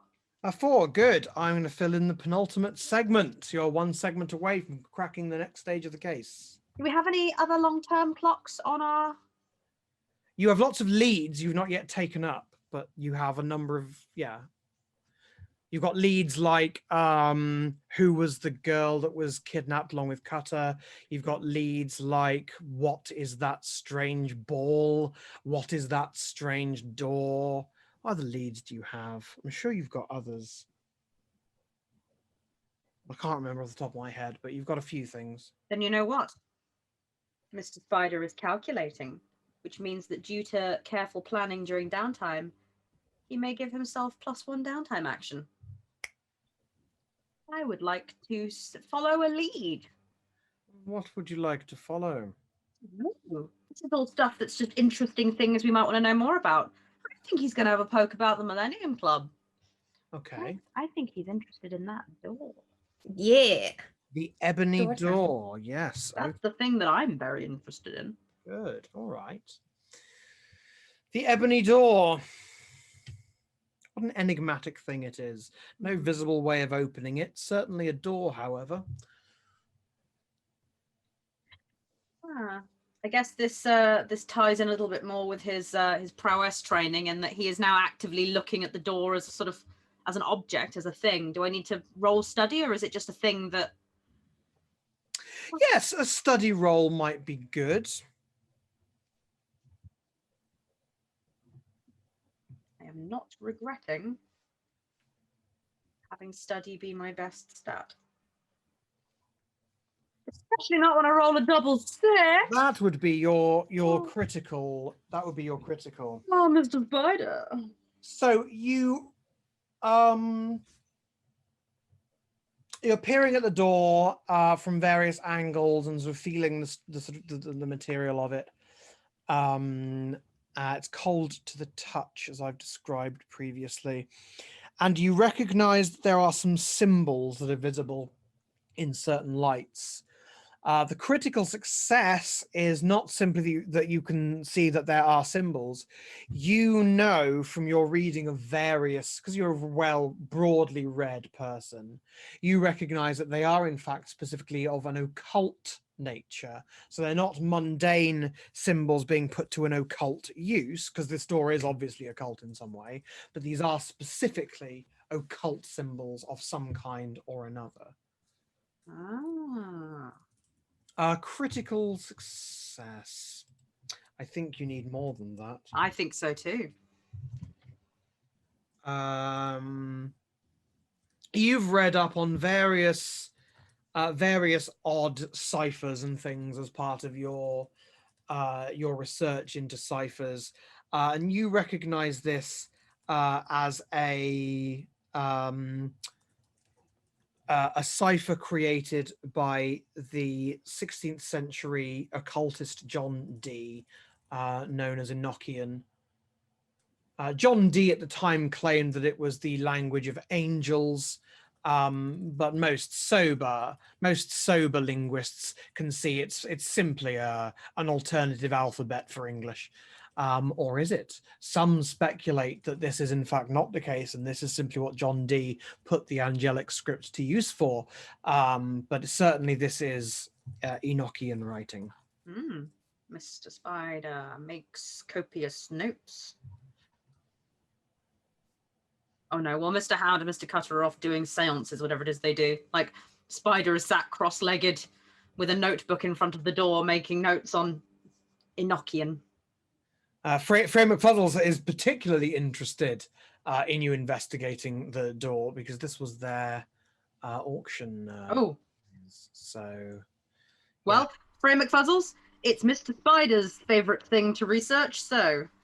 It's going to be a door to some weeb shit, I tell you that it's much. going to be just anime. You're just going to open it up and it's going to be a forbidden planet and it's all just manga. Oh no, because Mr. Spider is the serious glasses-wearing second in command. I ship it. I don't know what it is, but I ship it. Excellent. So I think it's time for Mr. Hound. Chaboy. Chaboy, Mr. Hundenflunden. Let's give you some experience points. Did you roll any desperate actions? No, you didn't. Did you address any challenges with tracking or violence? I would argue so. I specifically went out of my way to say that when I was in the wardrobe, I was tracking the movements of the poor maid. I even think you probably did it enough times to qualify for 2 experience points. That fills up your bar, so you can also think about another special ability. I think I will discuss that in a moment when we're done with Burke advancement. For Sorry, sure. with XP in general. For sure. So did you express your beliefs, drives, heritage, or background? I did. I specifically had to call one of the team out for assuming that I had moved here. You're an immigrant. Yes, I like that. I'm going to stick that into my resolve. It's just the 1 XP per Yes, thing. yes. I've actually never put anything in either of those bars yet, so... Cool.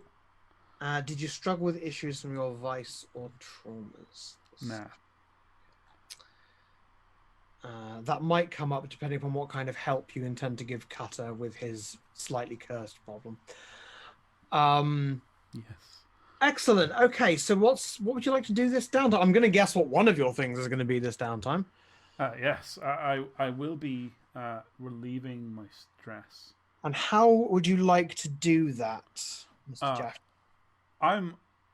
Because Cutter has this curse, and they've described a phantom. Yeah. I'm not doing my sweet little orphanage stint right now. No. My friend is in jeopardy from Yeah. that which is beyond. That's and right. so I want to fuck around with that which is beyond. Give it to me, Daddy. Yeah. So yeah, I'm going to make my... Haunt me, Daddy. Haunt me, Daddy! The It You Trash crew does not condone the behaviour of the members of the It You Trash crew. Yeah, we all suck. We disavow. I'm not crew. Kath is a You Kath can is say a haunt me, freelance- Daddy, all you want. Kath is a freelance contractor who we hire in to disapprove of the boys. Kath can do anything. We have no way to control her wild behavior. So I think I'll be attuning, rolling attunement for this, right? It seems like you might be. Yeah. I will roll my 0 dice in attune and see what happens. And I will add a segment to the clock. It sees you. Controlled position because it's in downtime. Yeah. Standard effect. I'm not going to buy any dice. Hell. A 3. Okay. Oh, sorry. That's the wrong thing for stress release, is it not? Well, I'm assuming this is a different action from your stress release, and this is a lead you're following up on. Yes, that was going to be both of them. Yes. So They could do that at the same time. yeah, it's the same event, but it's 2 separate actions essentially. Okay, it's a failure. You have failed to attune to the spirit realm, but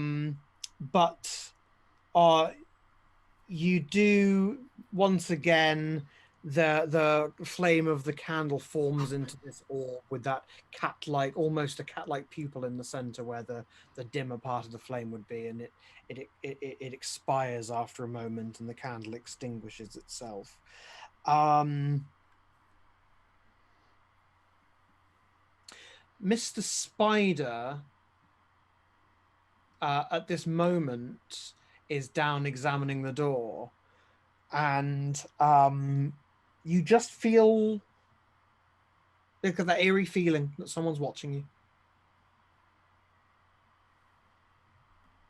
But now you can roll your whatever it is you roll to relieve. Relieve stress. Oh, that is a point that was raised by Bowman. The thing itself is, if I ever take an attune action, I can add a bonus dice. If I Oh yes, take you an should. Oh additional yes, you're right. segment. You're right. Actually, you should have rolled a die. Well, then what I always do in these situations is I say, well, then we accept the first die that you rolled, and the first die that you rolled was a 6. So in fact, things have rather changed, haven't they? You have in fact uncontroversially succeeded in attuning. Oh, this is interesting, isn't it? This is interesting. I love the idea that it fails briefly and then Yeah. succeeds. Like That both actually- events happen. That has helped me make another decision too, which I'll get into. Okay, so you have successfully attuned, and you have taken the standing devil's bargain of it sees you in order to do that. Have you So marked that segment on my clock, by the way? I have. You now have Oh, 2 thank segments you. marked. Thank you. So same as before, the flame forms into this sort of lidless eye. Only this time, rather than forming and then dissipating, it forms and then it revolves up towards you. And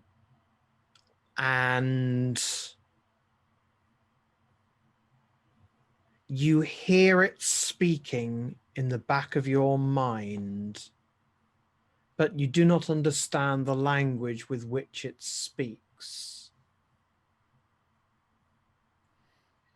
I will speak back to it in an attempt to try and draw whatever language it is communicating in to my own tongue. And it's very little. It's just little snippets of, what are you? What can you tell me?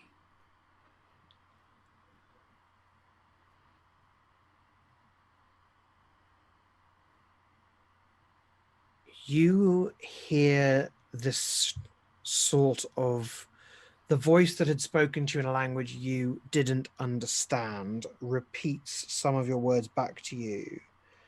And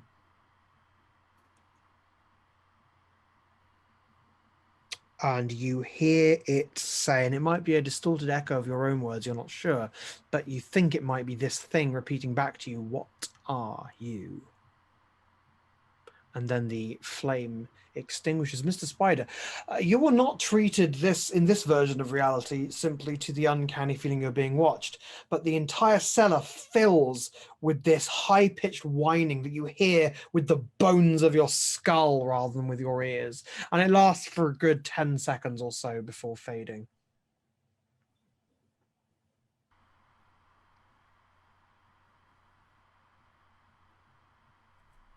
And Mr. Hound the candle once again gutters and fails.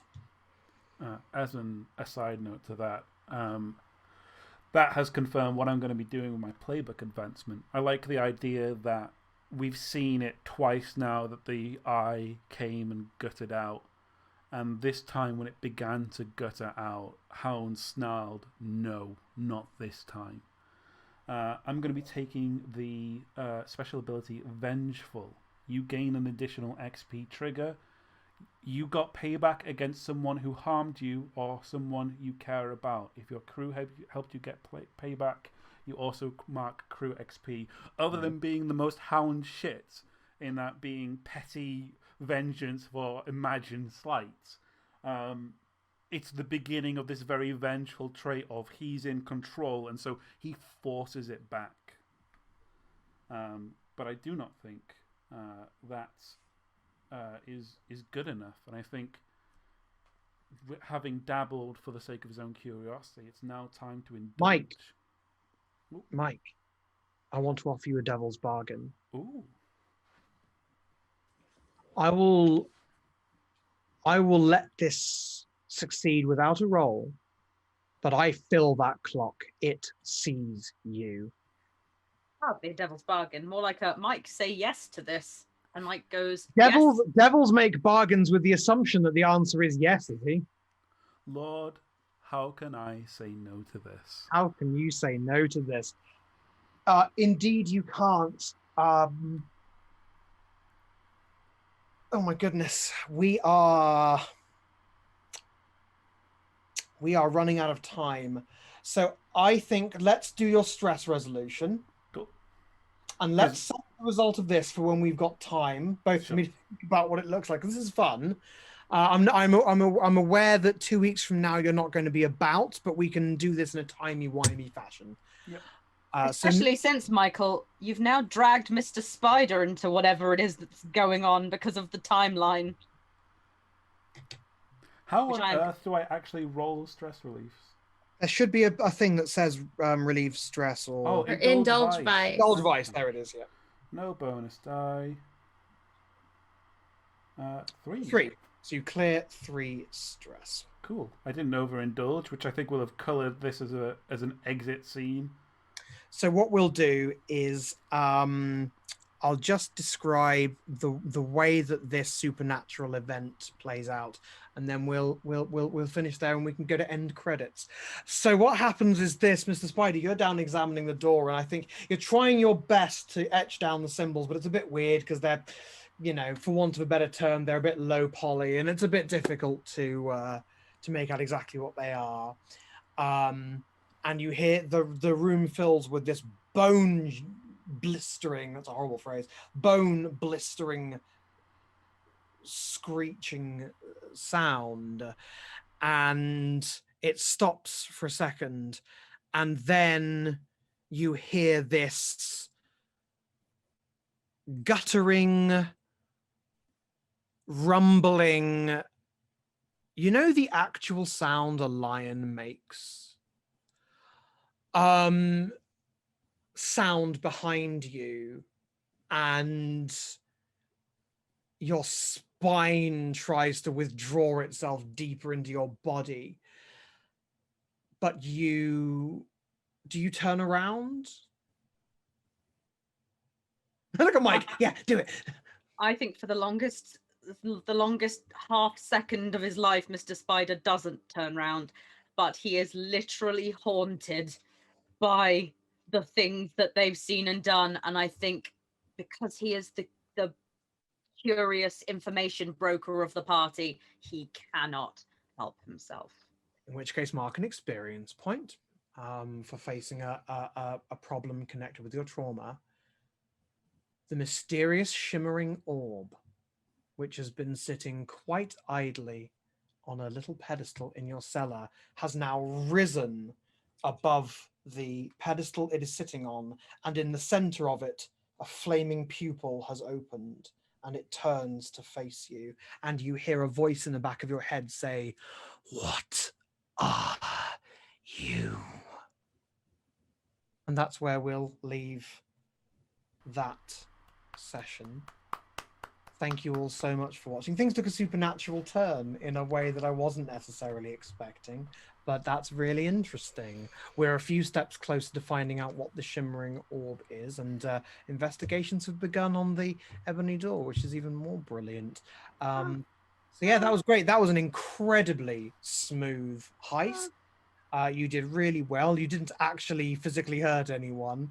So I think you did this job within the bounds of the conscience of the Gentleman Strangers as well, which I would like to congratulate you on. Really, really good stuff. I mean, we have just abducted a helpless, innocent woman for Well, our own I didn't say advantage. you've done an objectively good thing, but like you've done this bad thing in a way where it probably happened the most harmlessly it could possibly have happened.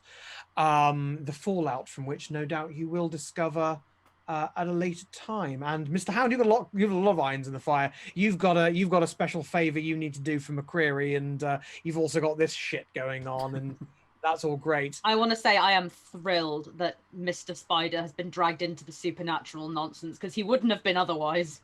I would like to say that you're all in the club somewhere when this is happening, just so that when it does all, and in a quantum sense, possibly Mr. Shadow as well, so that when it next happens, which will be the next session that Mike's at, we will be able to resolve it with everyone, kind of, then everyone will get their kind of personal perspective on it. Thank you all so much for watching. I'm going to hand over to Praxis Descends, who will initiate the great trash baggening for our magnificent patrons. Before the trash baggening begins, hold the phone, trash fam. I hear tell that you'll like watching people role playing, that you like watching many of these faces here role playing. And I hear tell that some of you are particular fans of the word Star Trek. And if that is true, then boy, howdy, do I have news for you. Because this Tuesday, that is Tuesday the 10th of November, this coming Tuesday will be the beginning of a new adventure of Star Trek Iskander called The Politics of Peace, wherein Captain Athan will take her place alongside the various icons of Starfleet diplomacy, doing diplomacy with the various factions of the mind blank quadrant, the Alpha Quadrant? Alpha. Yeah, of the Alpha Quadrant plus. You're going to see some old faves, some new faves, some new hates, some old hates. A lot of plot lines are going to be smashing into one another. You're going to see almost all the faces you see here, except just transpose Emily's face onto Bree's. Bree, say something that Emily would say. Mm-mm. Okay, brilliant, yeah. Famously silent.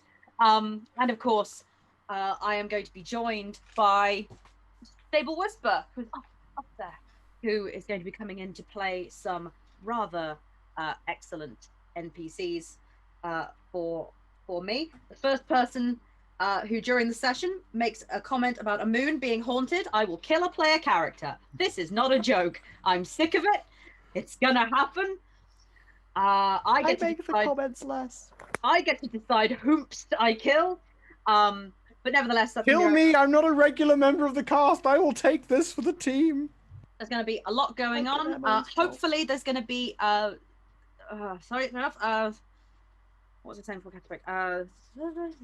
Hopefully, there's going to be a system by which you can use your helps and hinders in a interesting and new fashion.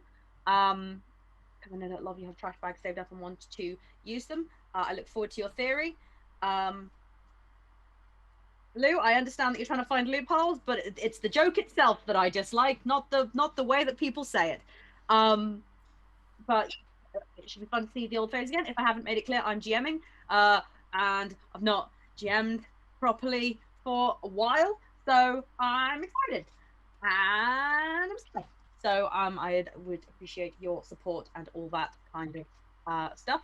As with all things, we appreciate all of you who come and watch our stream.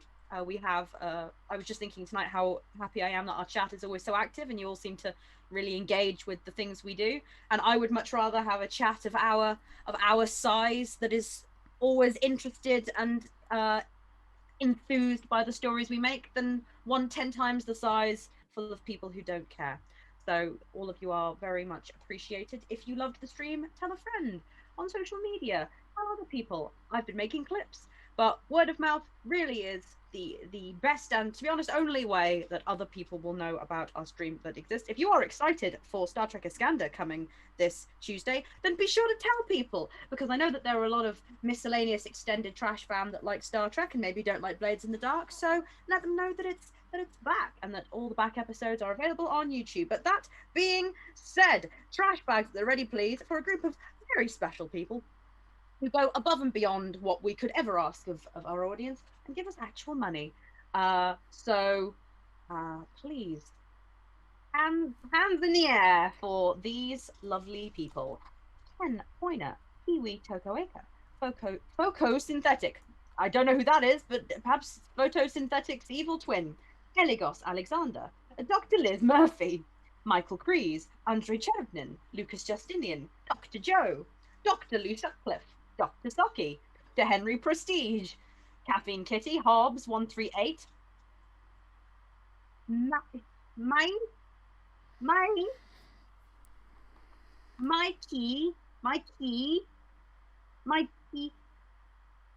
Kyle,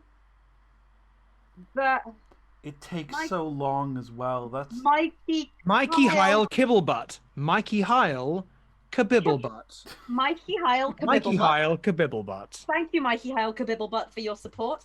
Amy C, James Muffy Malloy, Mike Fielding, Michael Bowman, and of course everybody's favouritely named Trash Fan. After I guess Mikey Heil Kibblebutt, Helena Handbasket. So once again, thank you all for watching, and we will see you on Tuesday. The Politics of Peace, Star Trek Scandal, coming soon, 7 o'clock, I think. Be there.